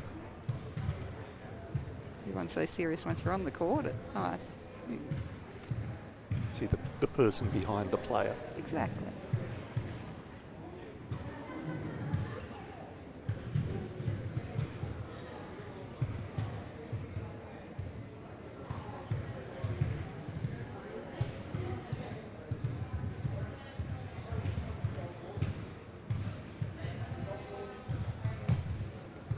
Oh, very close to Yeah. that blue ball then. Miss it by much. But again, I think his hand turned just as he released the ball. Might be something that he might like to work on. Yeah. Yeah, maybe realign his chair off to the left a little bit. Yeah. All those balls have come down the right-hand side of where he intends them to go. So And I think sometimes what the players, especially newer players, don't look at is actually moving their chair back or forward in their box. Their actual box position can change your angle. yep, we were talking about that in the last game when Thomas Robbins was moving around. He has a very narrow chair, so he can really cover a lot of the box, and moving up to the back of the box. It's amazing how often you can't see the jack from the middle of the box. You go up to the back corner of the box, you can see the jack. You can hit the jack. Yeah. Exactly. And there's yes. that shot we were saying. Lovely Well shot. done. Lovely shot. Great shot, Vaughan. One thing we noticed with throws is that their front wheels can actually come right up to the line and their foot plates can overhang. Yep. Whereas the BC3s, they're ramps, so they can't Yeah. They've often overhang the line there. questioned that about why is Oh, the shot part there of by my Chris. chair that, drew up the Oh. side. what a good game. This is going ball for ball. It is. Yeah. Didn't waste any time on that shot, just knew Just what he was going for. And Picked it up and bang. yeah.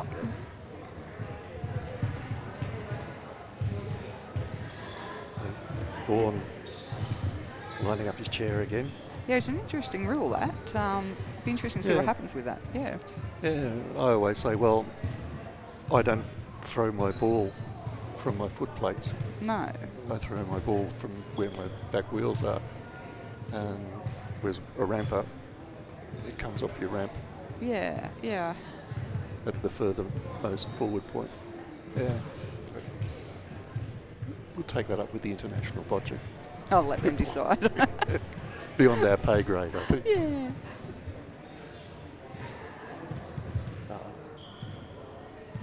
There's a good shot there for Vaughan if he can get it in there. Just nudge that blue ball back. Oh, what a shame. So he's played all his balls. Mhm. Chris, be interesting to see whether he actually plays or throws off. So Yes. you don't have to play all your balls as the last player if you've got an end phase. You can choose to throw off and hand your balls to the referee instead of risking giving the shot away. Like Chris might be concerned that he would knock that red ball up onto the jack if he misthrows. So he could then say, I don't want to do this. I've finished. Exactly. But he's going to go for it. I think sometimes they might play all their balls for a for and against difference Yep. in case of a count back. Yeah, there is that. If under certain circumstances, for and against can mean winning a medal. Yeah, Yeah. yeah. So it's worth going for. Yeah, well, it happened just in Korea. Did it? With Jamison's pool, 3 of them tied Right. at the top there, and it went against they then scores against each other get taken into account. Right. Yeah, it was a 3-way tie. Just looking at the score. I haven't. What's the score? Yeah, that can happen here. It can happen anywhere. So Yes. any event. Yeah. No, that's what I was. That's what my Against take us coming. Lucky there. Didn't move the red ball, I don't No. think. But yeah, he needs to get down between those two blue balls that he's just put in there. I think is. Yeah. And get in the scoring circle. Nearly a ricochet. Yeah. If it had bounced sideways, it would have been lovely. Still got an opportunity though. So some players can actually throw and hit another ball and then ricochet their ball in onto the jack. Yep. More so BC3s, but I have seen it done. Or can actually throw their ball over the top and just hit the jack and move it back. Yep. That can Pick be up done. shots. Yeah. What a shame. Oh.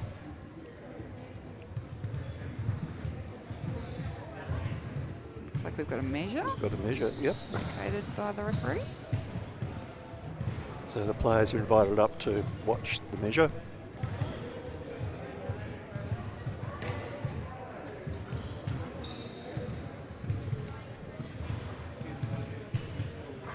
Putting their measuring skills to good use in this game. Yes.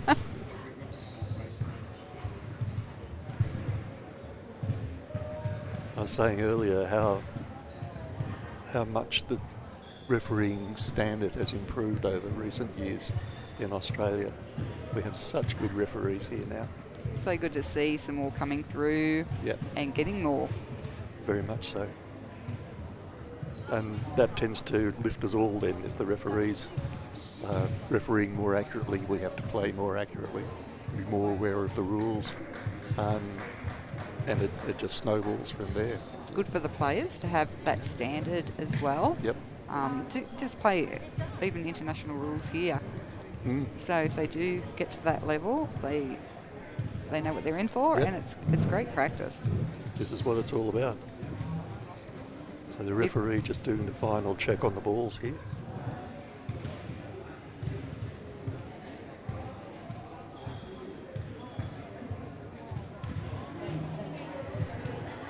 Looks like they all passed. Flying Passed. colours. Game is finished, and the score is like 11-0 to Chris. Well, a fairly decisive win, but I think that doesn't reflect the standard of Vaughan's play. I think, he'll be a good player in a year or two. Yeah, I agree. He's got a huge potential there. He played some really good shots. Yep. And it was just Chris's experience that managed to wrangle the shot back, and he just stuck with it. But he played some really great shots there. Yep. And I think he can do well on the rest of the tournament. Yeah, look forward to seeing what comes up from there. There's a lot of good BC1 players playing here. Yeah, it's a really good standard. Yeah. So the players now come up and just confirm that everything on the screen is as they expect it to be. Yeah. Shake hands there. Yep. Great sportsmanship amongst teammates. Yeah. Good to see. Yeah. Good to see.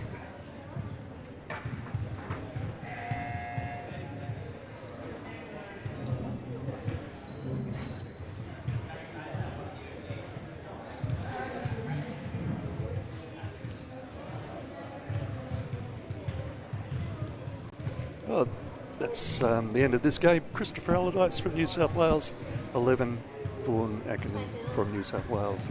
Not scoring, but a really wonderful game. Well refereed by Heike Fabig. And I think that's our last game, for last round for today. Today? And we need to say thank you to our partners in this coverage of the 2025 Boccia Australia National Titles, Spark Events Group, Drake Maddox, and Australian Television and Media Group. thank you very much to you.